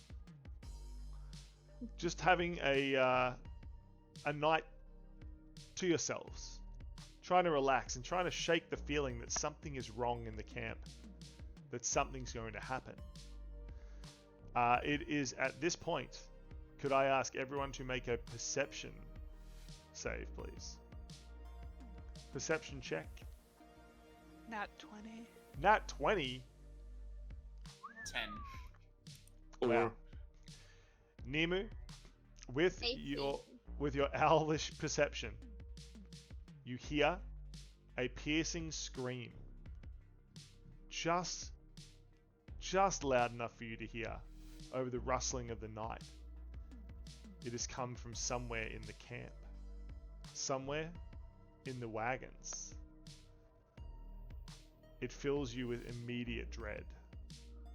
What would you like to do?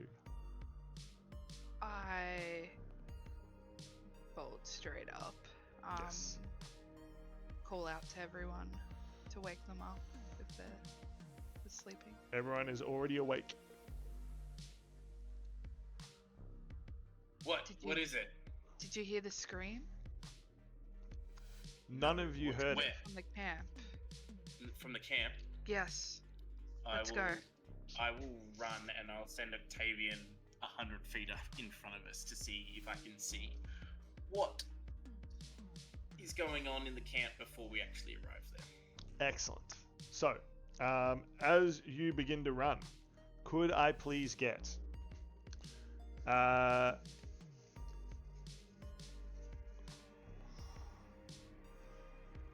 Nemu, can you please roll a 1d8?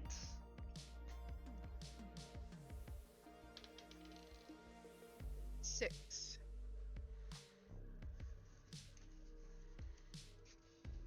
1, 2, 3, 4, 5, 6.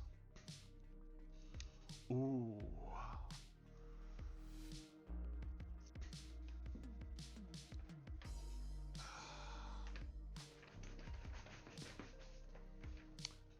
As you run forward, you arrive at the edge with your pumpkin. Just pull that into frame. You arrive. Surely you have to name it by now, Ellie. I've been calling him Jack. It's Jack the Lantern. Hey. Yeah. Excellent. Party, you have run to the source of the noise. In a small cluster of trees, it's Rostom's caravan. The door is open. The horse, Rostom has appeared to have borrowed one of Pat's horses to move his wagon. The horse seems rattled, but has not bolted. There is light coming from inside, but everything seems eerie, as though in a dream. I don't like this. It is strange and fills you with dread. It is too quiet. The door is open. What would you like I'm to rushing in. do? Nemu rushes in. You see a table. Several journals, maps, books are still here with a candle burning. Although it is burning low. There is a large curtain pulled across to separate the living quarters from the desk at the front, and it is drawn, but it is flapping in a light breeze. You can see it is dark on the other side. All lights are out.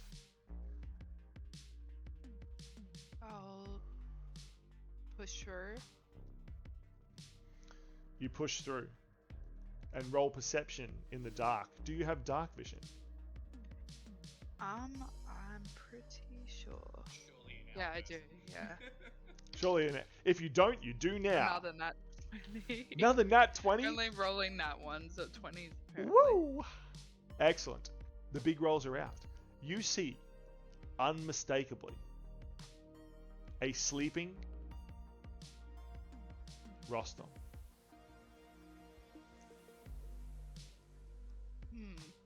He is... Where's my book? He is asleep here on his bed. But he does not seem to be sleeping peacefully. He screams again, but his scream seems muffled. And it is then that you see a shadowy figure, almost imperceptible but blurry, hovering above him with a dagger as he plunges it down into Rostom's chest. Rostom breathes and slumps back onto the pillow, his face shriveling and contorting.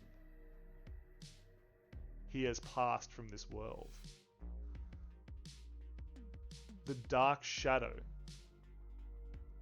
barely visible on top of Rostom, turns its head with a snap towards you. It stands and you hear its laughter.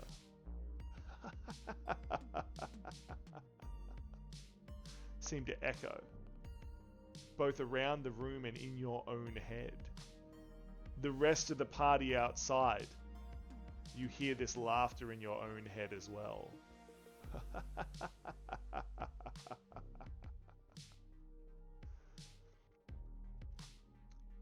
Was it you, Nemo, or was it in my head? I'm not really sure. I'm It appears gonna that try and. Yep. yeah, Erica's like stepped up, pushes the curtain aside, and says, "Was it you, Nemo, or was that all in my head?" Is the shadow or the blur still there? The blur is still here. It has stepped off Rostom's. I should actually. Wait, which one was Rostom? This one, I think. No, that's bad. Okay. There's poor Rostom, who has been murdered this night. The scholar. The shadow is just there in front of Rostom's bed. It is calmly walking forward as though none of you matter. In like a shock trance, I'm gonna just try and attack it. Draw my sword. Excellent. You draw your rapier. Eric, you can also see the shadow. Rest of the party, what would you like to do? Where would you like to be while this is happening?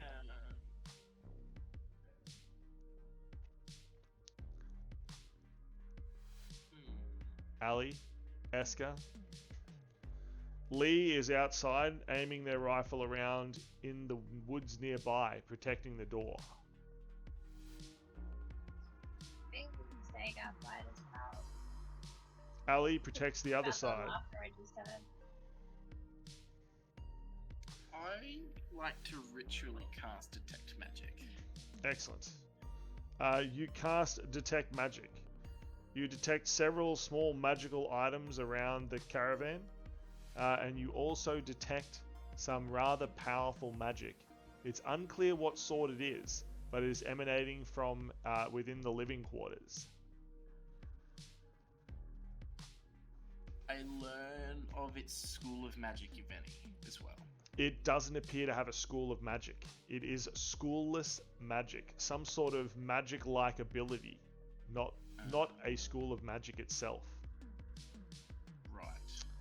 I'll step to where I can feel it coming from, and it would be more visible to me. Yeah. You see the dark shade stepping forward without care.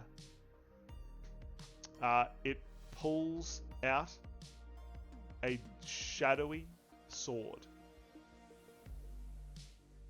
And with what seems to be a mocking casualness, moves forward to plunge the sword into Nimu's heart. Oh god. What would you like to do, Nimu? I'm gonna try and dodge out of the way. Excellent.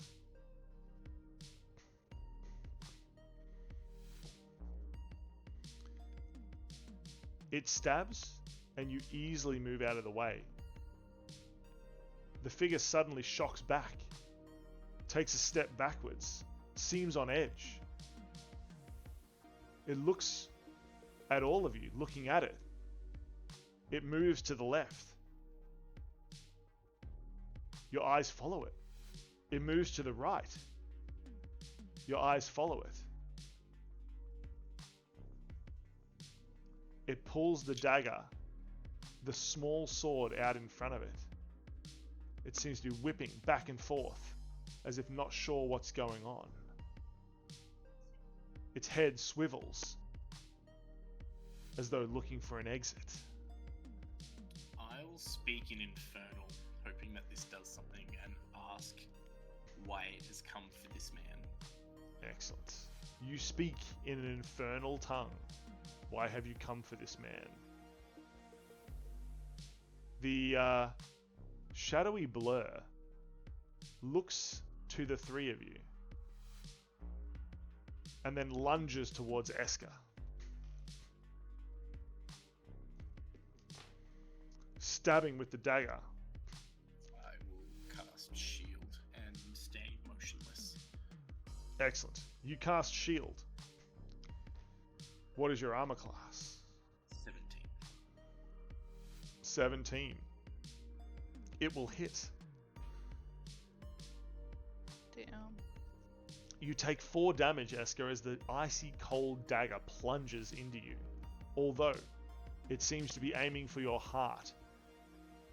The martial moves that this thing is using do not seem to be well rehearsed. It seems to be a dealer of death, not a fighter.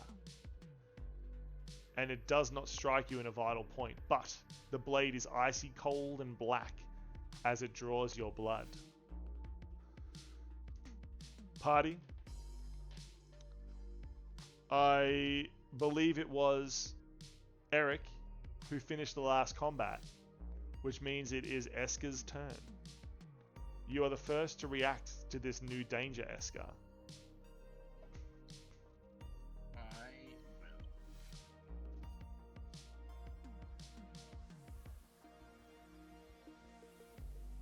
I will touch through its ethereal form, because I feel like it's formless, and I will cast Chill Touch. Excellent. You cast Chill Touch against it. Make your attack. Does a 19 hit? 19 will not hit. You seem to grasp nothing but air. Okay. The creature slashes back and forth with the dagger, as though unsure what's going on. Nimu. Esker's hand has grabbed nothing but air. What would you like to do? The entire room seems darker than normal. I'll yell out to the other two that problem's in here, not out there. Excellent. Lee immediately runs inside, leaping up on the table and aiming the gun forward into the darkness. Where? I ain't seen nothing. Ali? I'll follow Lee. You going inside as well? Yeah. Nice. Ali also makes it inside. Nimu. What action do you take? I am gonna try and knock the blade from its grasp. Excellent. You try to knock its blade from its grasp, trying to disarm it. Make an attack.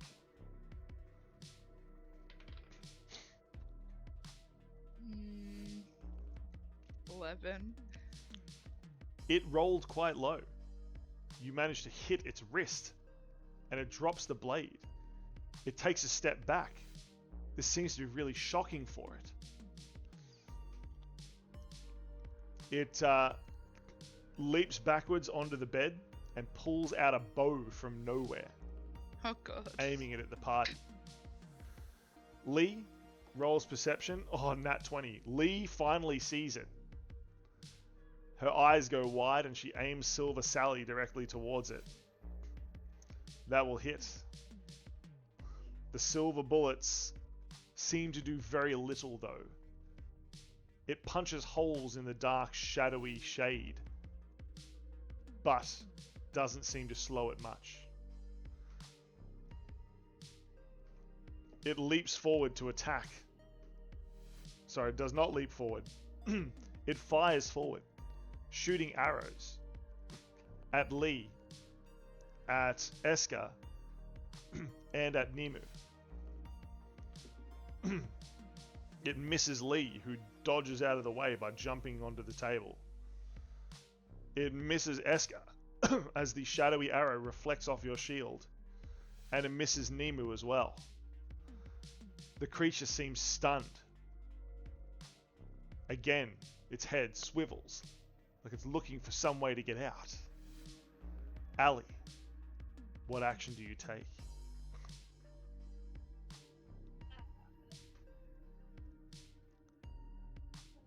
Jack at it. You throw Jack at it. Awesome.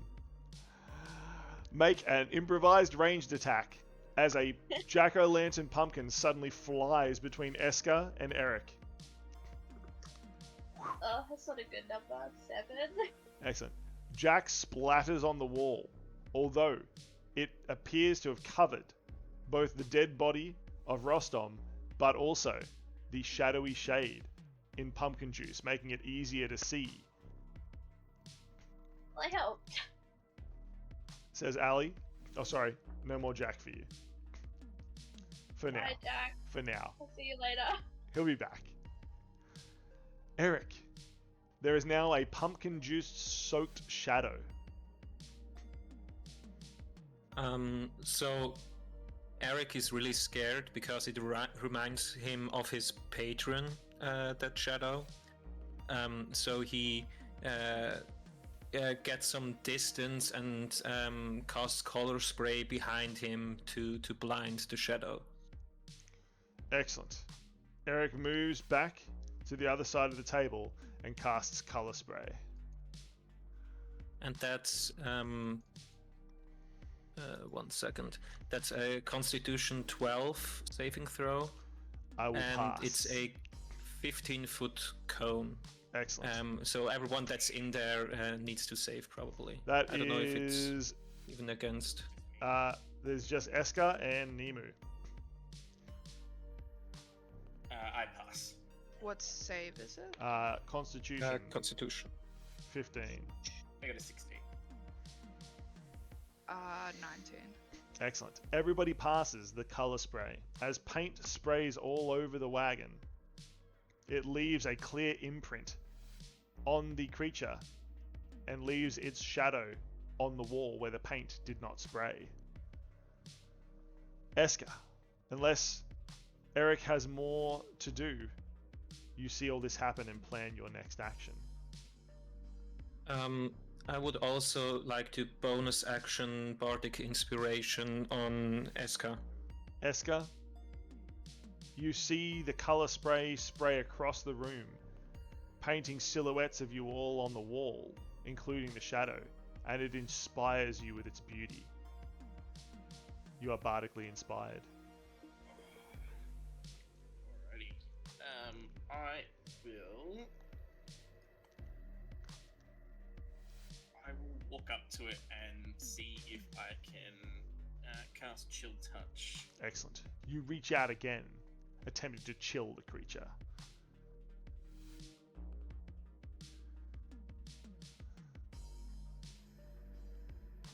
And I will. Is it D6 or a D4? For chill touch, No, for Bardic Inspiration. oh. Eric, Bardic Inspiration, 1d6 or 1d4? 1d6, sorry. 1d6. D6. Lovely. Does a 25 hit? It sure does. You grasp Oh. onto something solid within the shadow, within the shade. Something real. Hidden behind or hidden inside this form. You cannot see a face under the dark hood. It is all wreathed in shade and shadow, but you feel like its eyes grew wide as you grasped onto it. I will deal 9 necrotic damage. Ooh. There is a high-pitched screech. And As the damage This- is dealt.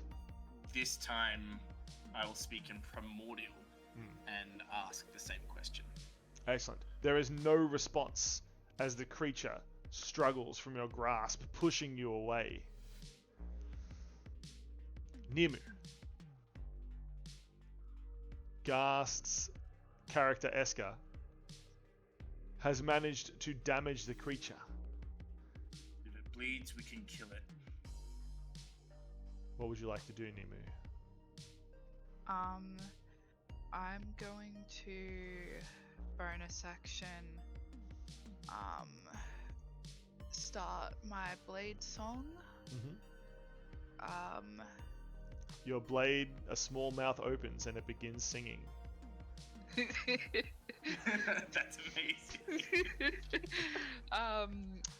Yep. I assume. Yes. Yep, that makes sense. And yeah, I'm just gonna attack with my rapier, try and pierce its like torso. Excellent. Nimu leaps forward, trying to pierce where Ghast's character Eska hit something solid. Yeah, 9. 9 damage is dealt. Excellent. The Oh, creature. sorry, to hit. Oh, to hit. Incorrect. Not awesome. The opposite of awesome. Your rapier pierces nothing but air, pummeling into the wood behind and leaving a divot. But the creature just moves effortlessly off the blade. Any other action from you, Nimu? No.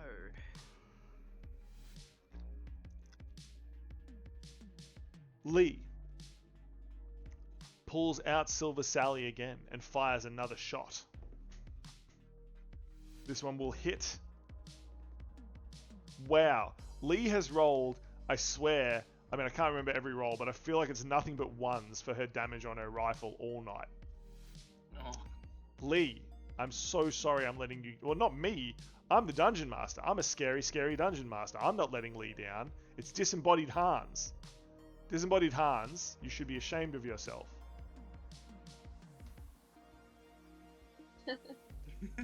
Okay. Be better. Be better, Disembodied Hans, please. Lee's bullet barely does anything again. Passing through the shadow, punching a hole, but not really doing anything. The shadow, now desperately flinging back and forth, tendrils of black, inky darkness lashing out at you, Eska and Nimu. Your armor class, Eska, it's definitely missing Nimu. I will cast Shield again before Excellent. I know what the roll is. As the And, tentacle 17. flies forward, 17. 17, excellent. It will miss you. The tentacle just crashes against your magical shield, and Nimu leaps to the side as the tentacle snaps onto the floor. Ali, The creature is lashing out violently in the corner. What would you like to do? Do I have sight to be able to shoot it? Sorry? Can I shoot it with a bow You can. without getting anyone else? You can. There is a gap directly between Nimu and Eska. That's where Lee's been shooting. Pew pew. I'll shoot it. I'll try to. Excellent. You pull out your bow Go for the miss. and fire No, your shot. 14. 14 will not hit. The arrow passes right through the shade. I don't like this thing. Says Ali. It does fill you with strange dread. Eric. You see all this happen. What action do you take?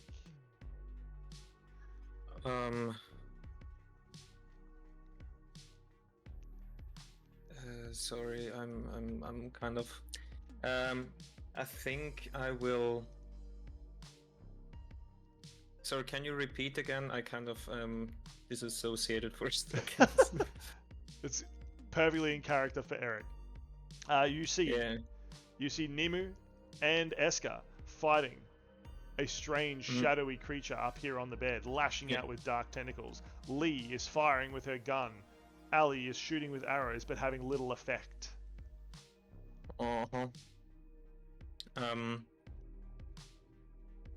Yeah, I think Eric will cast Fury Fire Ooh, in the room. clever. Fairy fire. Yeah, that's a Dexterity 12 saving throw. Where are you centering the sphere? Excellent. Around the shadow. Perfect. Okay, so It is trapped. It is trapped by Eska and Nimu. It cannot move out of the way. Suddenly, the shadowy outline is just covered in bright fairy fire. It is so easy to see now. The creature seems to diminish slightly, become more so, and you can see something humanoid inside the humanoid shadow, as though there is something real living inside this thing, but not quite there. There, but not really there. Esker is also glowing. Eska is also glowing. Nimi, you have to make the same throw. Yeah, and everyone, the attack roll against an affected creature or object have advantage in the attack if the attacker can see it. So Yeah. that's All of us. Everyone's rolling for advantage now. Yeah. Nimu, Dex. Nimi, you have to roll the save as you well. need to make a Dex 12 or you will be glowy. Yeah, I'm 22. I've saved. Yeah, I'm right. Nice. 13. Perfect. Eska, it is your turn. It's my turn. I will, seeing this, reach out and try and chill touch again. Excellent. Roll with advantage.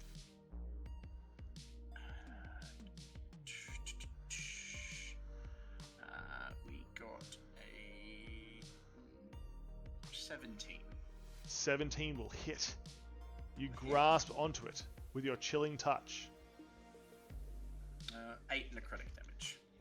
It seems to burn whatever is inside this shadow, and the creature just completely dissipates. It seems to slither down through cracks in the walls and disappears. You hear dark grunting and painful sounds as it does, as it escapes. You are left in the caravan. Signs of battle all around, and the dead body of Rostom. It is not long before the rest of the caravan is here, having heard the screams and the sound of battle. Luckily enough, it is pretty clear that there was some other entity here. That color spray by Eric, stroke of brilliance accidentally, because the shadow's figure has been plastered across the wall. Quite clearly there was something malicious here. The rest of the caravan believes you. None of you are suspected, which could have been the case did you not have proof. But you have been cleared, and now everyone is aware there is some shadowy figure stalking them. A funeral is held early the next morning. A roadside grave is dug underneath a beautiful tree. And as the day shift heads out and you all rest, relax, meditate, sleep, whatever it is, in your mind, you feel like that shadowy creature is watching you from somewhere. Either inside your mind or here in the world, peering at you from shadows or corners. It seems to be surveying you, watching you, trying to figure out what's going on. Whatever you did to it was not something it had experienced before. Somehow, this creature of perfect murder was thwarted by you.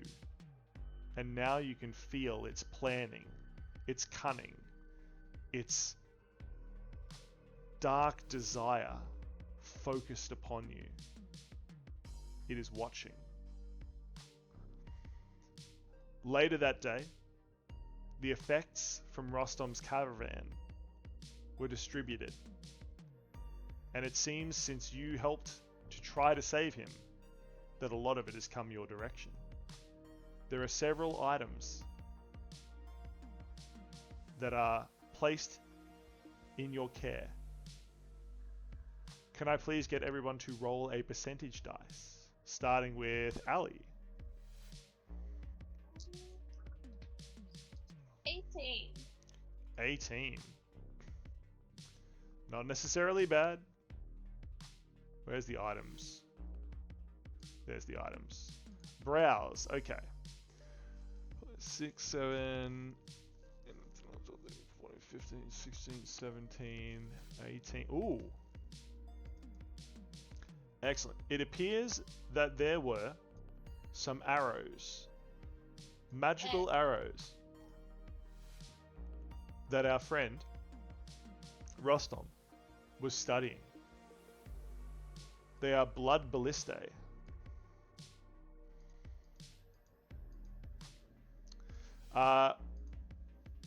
They were forged by vampire hunters.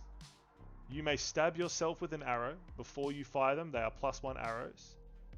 And you can deal 1d12 damage to yourself. The arrow will then deal that much extra damage to the target.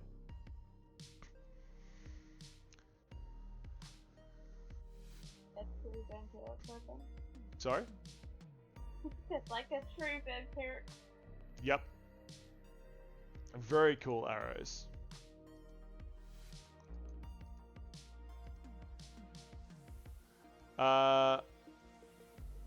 So, they are gifted to you from the effects of Rostom.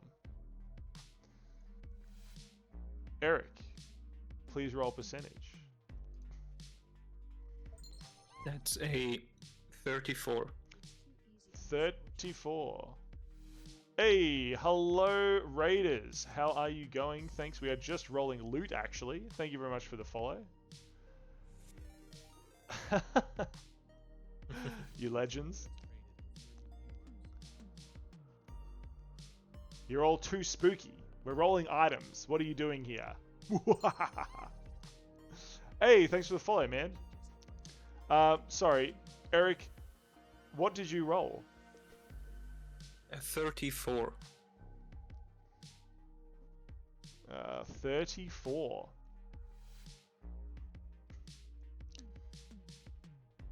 Okay, there's 20. 34. Excellent. There is a golden pylon, a shining gold spike that Rostom How much to kill Ghast? There's spells down here. You can kill people. It is a golden pylon. Woo! Woo! Yo, success. It seems Rostam was studying a golden pylon. If you drive this into any surface touched by your own shadow, it will slightly hold yourself in place and allow advantage on save against forced movement while active. You can literally pin yourself down with your own shadow. Bishop. What were you streaming, Bishop?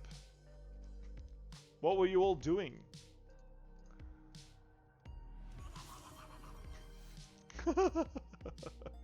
Gus.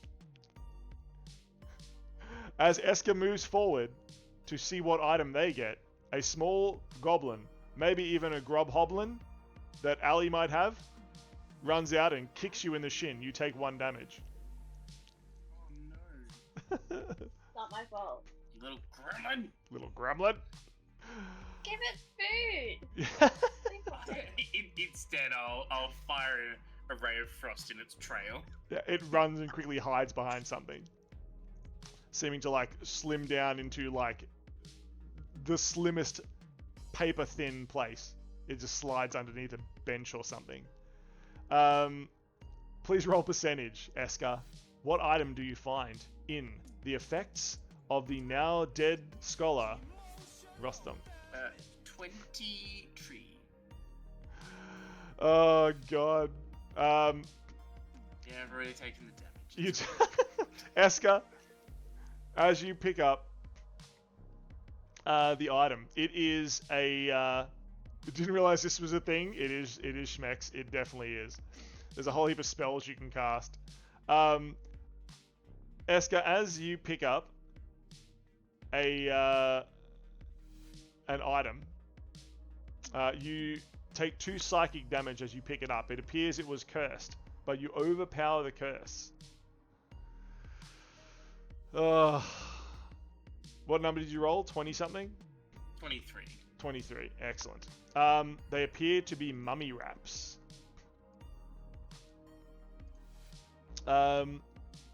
If you wrap them around your arms, your forearms will turn blue and you will find you can write anything in a form of hieroglyphics. I'll keep these for later. Excellent. We're on Liar's Bar and then Valorant. I hope you won in Valorant, Bishop. You better have. They won in Dungeons and Dragons, right? Everyone aim Ghast. Eska getting destroyed right now.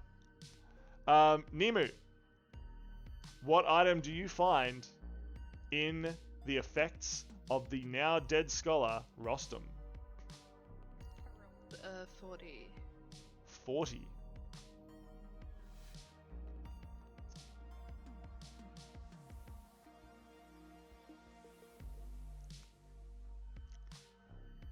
Excellent. You find a sea serpent's fang. It is a +3 dagger. The dagger squirms and writhes with the power of a great sea serpent. An extremely powerful magical item. Also, could everyone please roll a perception, and whoever gets the highest may find something. I got a 17.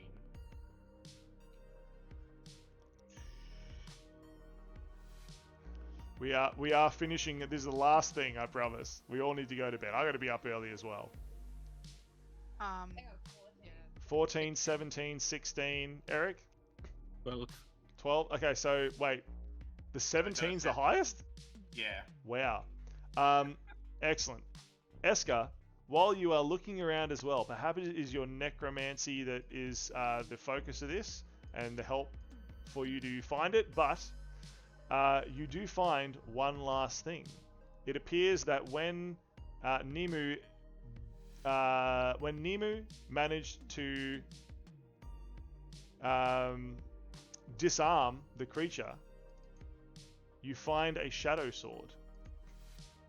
It has been dropped on the ground, Even though your hands are empty, your shadow happily waves around a small dark blade. So your shadow now always looks like it has a blade, a shadow sword, Ghast.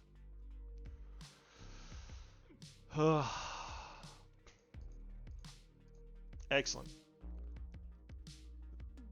You know that the creature is out there somewhere, team. It is just not sure when and how it will strike again.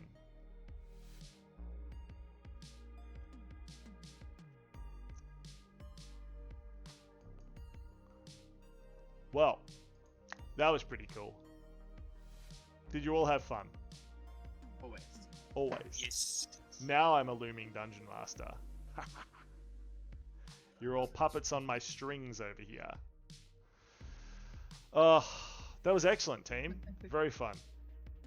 If we are going to level 5 LES, we should suggest that to announce it to all the other players. I'm sure these four will announce it, I'm sure, as well. Yeah.